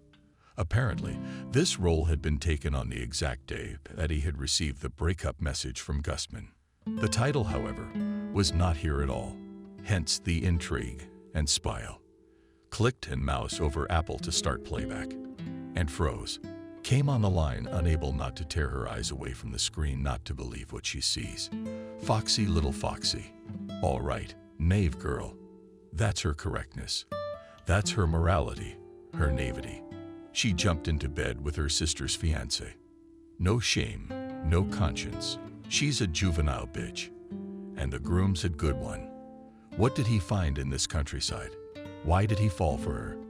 He didn't just fall for her for real. Judging by the fact that he dumped her Betty. If he'd just slept with the cute, silly one under his arm, it wouldn't have been a big deal. Girls of this status, maids, waitresses, saleswomen, student nurses, did not perceive as rivals, and sex with them put them on the same level as onanism. A man wanted to blow off steam. What's the difference? Will he work for it with his hand or use such a disposable girl? It doesn't make any difference. Betty wouldn't consider it cheating, but she wouldn't have noticed the episode. But with the breakup, this episode took on a whole different coloring. Watching to the end as Charles had fun with her sister. The girl wouldn't.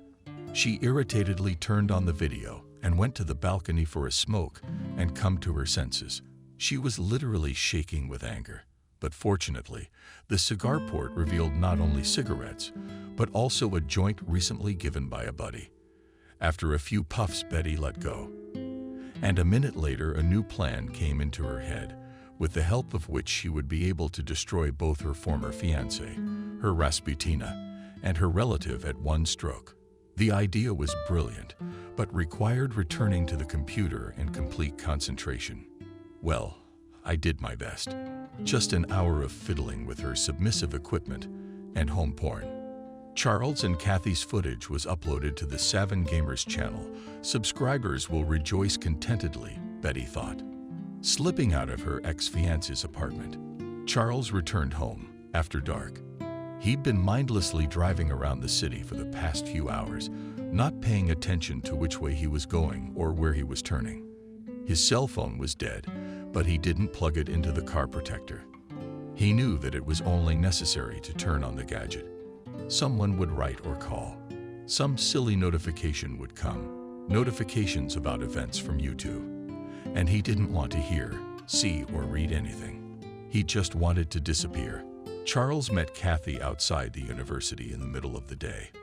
At the moment of the end of classes, he invited her to some restaurant nearby, ordered a light dinner, and at the end, with his seriousness and responsibility, and for some reason with a terrible excitement, offered her to become his girlfriend, and received a polite, logical, reasonable refusal, expressed in the same friendly manner, which made it all the more frustratingly devastating and murderous.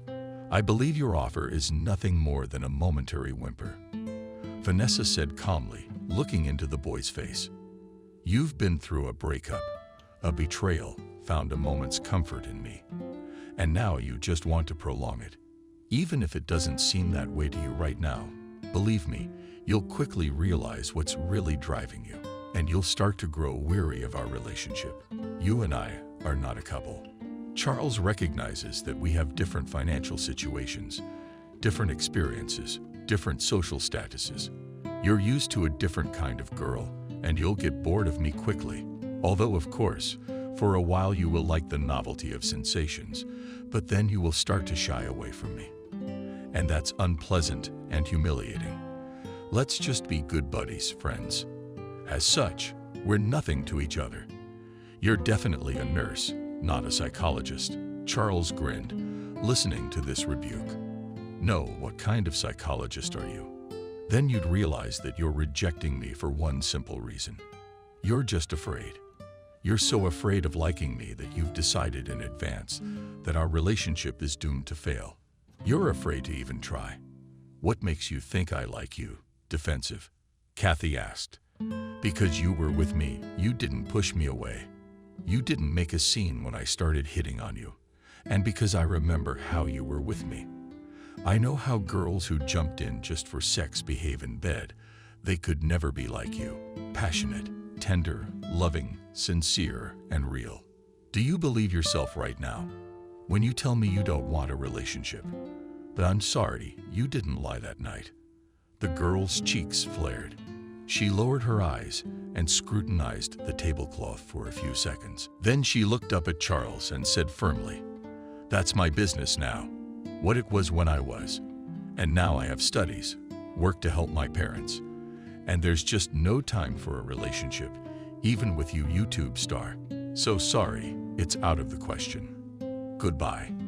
Kathy got up from the table and hurriedly left the restaurant. I even mentioned her stupidly. I was just trying to take one last stab at her. "You're my girl," Charles thought with a kind of detached tenderness. And only then did she fully realize that it was really for last. Kathy gave him a turn once and for all. Charles Gustman didn't remember the rest of the evening. At first he was driving around town, trying to figure out how to proceed, how to assuage Kathy's fear of the difference in their social and financial status and convince her to be together. But the longer he remembered the girl's behavior, the deeper into her character, the more unpromising began to seem to the guy any ideas that arose in his head. In the end, out of the torment of thoughts, Charles sank into a kind of dull indifference. He didn't remember leaving the car in the parking lot and returning to the apartment. He didn't turn on the light or even undress. He just collapsed on the bed and fell asleep without his family. In the morning, he was awakened by the insistent ringing of the doorbell. On the threshold stood Uncle John, the father.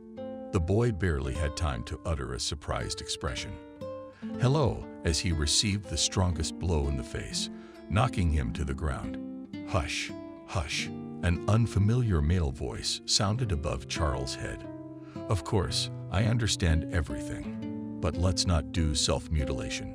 The stairwell and hallway were suddenly filled with footsteps and voices. Two uniformed policemen appeared next to Uncle John, and someone else in plainclothes, unfamiliar. Charles was lifted from the floor, briefly asked how he was feeling, and taken to a room to talk and look at a computer. Everything that happened next, the guy understood with difficulty their tears. The video turned out to be published on the network, on his channel from his computer. How could this have happened? He had no idea and couldn't explain. The guy dutifully recounted his last night as best he could, explained that no outsiders had access to his channel or computer. He tried to remember in what service he had booked a car, where he had ridden it, explained how and under what circumstances the ill-fated videotape had appeared, and then listened for a long time to the name of the articles under which he is accused by Kathy's father. In his statement, the list turned out to be impressive. Manufacturing pornographic content, distribution of pornography, invasion of privacy, violation of privacy, humiliation of honor and dignity. It was like these phrases were seared into his brain. The guys were tearing him apart from the inside out. Somehow, and in one evening, he went from being an ordinary video blogger to a criminal and accused under investigation with no effort at all. Maybe he has partial amnesia. Maybe some particularly cunning virus had gotten into his computers and he didn't know what to think. But he realized quite clearly, Kathy wouldn't go anywhere near him now. There would be no relationship at all. Events were developing terrifyingly fast and not at all in favor of Charles. About why this happened, the guy found out much later. And then he paid the bill and left the restaurant. About 10 minutes after Kathy left, he got into his car and drove wherever he wanted to go. At this point, the ill-fated video finally uploaded the network and became available to subscribers of the channel. After a couple more minutes, Charles' phone turned off and disappeared from the network. The guy did not charge it, and then did not find out that the gadget was not just discharged. Something had gone wrong with its settings, and the operating system went down without the possibility of recovery. Subsequently, to find out whether it was an accidental failure or the owner damaged the phone deliberately to hide the possibility of remote control from his home computer was not possible. But in general, Charles had the remote connection set up. He periodically tapped the compass of a tablet or laptop, so he could from his phone. His prosecutors reasoned. William's election flashed an alert for a new video on the Gamers channel. The boy immediately rushed online to watch the novelty. It so happened that his parents were nearby, so the video was watched by the whole family.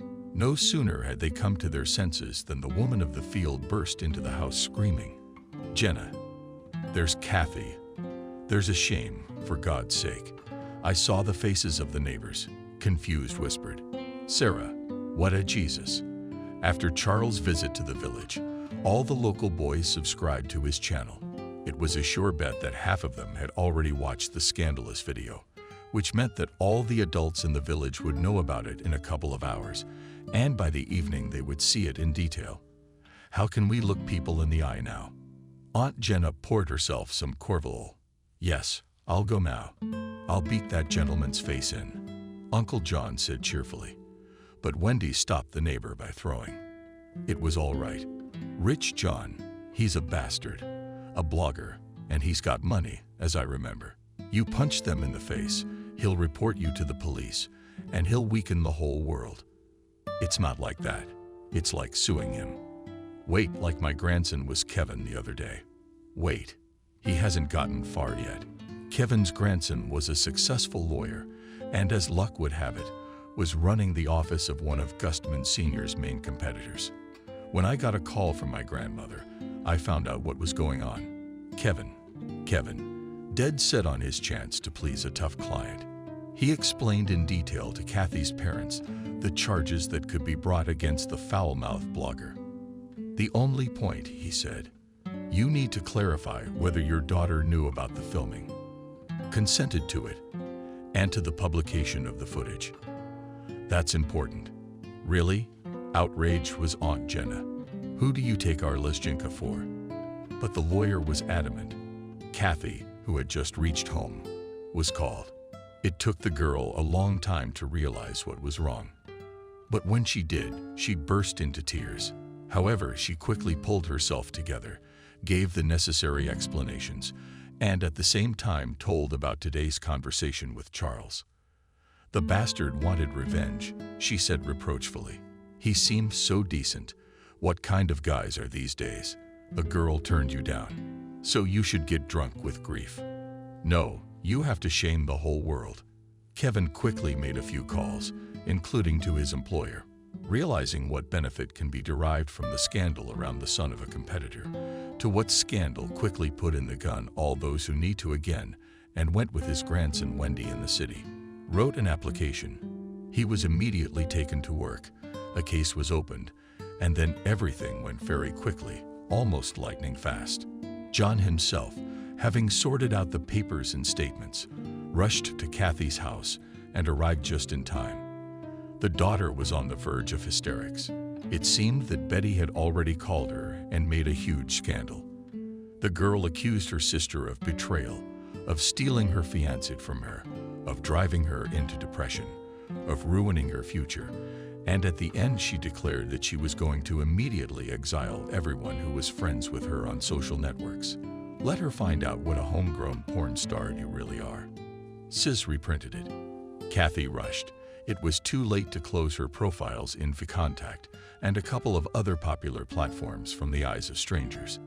And Sophia sent out an unfortunate link to everyone before the conversation began, and the girl was flooded with messages from acquaintances, relatives, fellow students, and then from strangers who became her by the photo in the network. The amount of dirt that poured on Kathy from the screen led her to a state close to shock. Her father, who came to her, clung to her like a lifeline. She sobbed, showing him the incoming messages. Her hands were shaking with disgust and hopelessness. The girl didn't know how to cope with the shame that had fallen upon her. But worse, she couldn't figure out how to live with the feeling of betrayal. Charles, could he really have taken them off then? And he hadn't even asked for permission. No warning, No hint. The same Charles she had fallen in love with at first sight at a random party and lived with that love. Lived with that love. All the last few months she tried to get along, to cope with that feeling, and finally she'd realized she couldn't overcome it. Just as she would not be able to transcend her lover's relationship with her sister, even though her sister, not a close relation to the rotten, absorbent Cotton, but would be able to take root in his company, fit into his lifestyle, reach his level. Over the past summer and fall, Kathy had deployed a great deal of inner work, trying to make sure that her sudden feeling did not harm her lover, or their family. Just once she had made a misstep, given a slip. It was that oversight that had now come back to haunt her. Could she have been so wrong about this guy? How he, who had seemed so sincere, so close, so real on that one night, had managed to turn around, a complete scoundrel, and use her to make an erotic video, to publish that video as revenge for refusing to date. What if? And he only offered to date so he could make more videos of her and start an erotic channel as well. The slingshots are not doing well. From these thoughts, the girl had a nervous breakdown, which smoothly turned into a prolonged depression. Parents tried to treat her at home, invite doctors, but after a few months, Kathy had to be hospitalized in a local psychiatric hospital. Outpatient treatment did not help. She spent 6 months in the hospital, and then about a year more recovered from the disease. True, for this she had to be sent to her relatives in a neighboring region. It was impossible to return to the village after everything that had happened. It would have nullified all the results of the treatment. She had to say goodbye to her studies. Kathy could not imagine how she would return to the university and look into the eyes of teachers and fellow students. The girl constantly dreamed that she was dishonored, knew everything. Everyone was pointing fingers at her, laughing behind her back. There were no more medical universities nearby, and Kathy's health did not allow her to go somewhere far away alone. The girl stayed with relatives and became a nurse at the local hospital, where she worked for the rest of her life. While Kathy was in the hospital, Charles was tried. The guy was sent to prison for 6 years, and that thanks to the diligent efforts of his father. But Gustman Sr. couldn't commute the sentence or keep the case quiet. The lawyers were too zealous. Competitors by sheer coincidence, family business, as a result of scandals and litigation. Of course, not collapsed, but shaken. All that happened affected the reputation of the father Charles not for the better. Income fell, and give his son money to compensate the injured party Kathy and her family for moral damage. The elder Gustman refused. Charles' apartment went under the hammer to pay off the debt and legal fees, but the boys cared little. Until the very last moment, he tried to ask Uncle Petya, Aunt Jenna, his parents and buddies to help him contact Kathy, explain himself to her, convince her that he was up to no harm, and that he had nothing to do with leaking the video. But he was never given that opportunity. He wrote long, detailed letters to the girl, but no one wanted to pass them on, not to disturb the Lezginka, out of contempt for the hapless porn blogger himself, as his friends began to refer to him with derision. In his first month in the colony, Charles hanged himself in one of the staff quarters. His parents buried him in the same town where the penitentiary was located, and they made sure that no one in their hometown knew what had happened. Betty went to conquer the capital and 2 years later married a successful Moscow businessman. The fact that her husband is 25 years older than her, the girl is not embarrassed at all. His income suits me, usually, she says, and as for the age, it has its advantages. This nice old man pays my bills and does not interfere with my life. And he certainly won't ditch me for some net like a younger suitor. She adds to herself and mentally thanks Charles for teaching her a lesson. And the worst part is that she does it sincerely.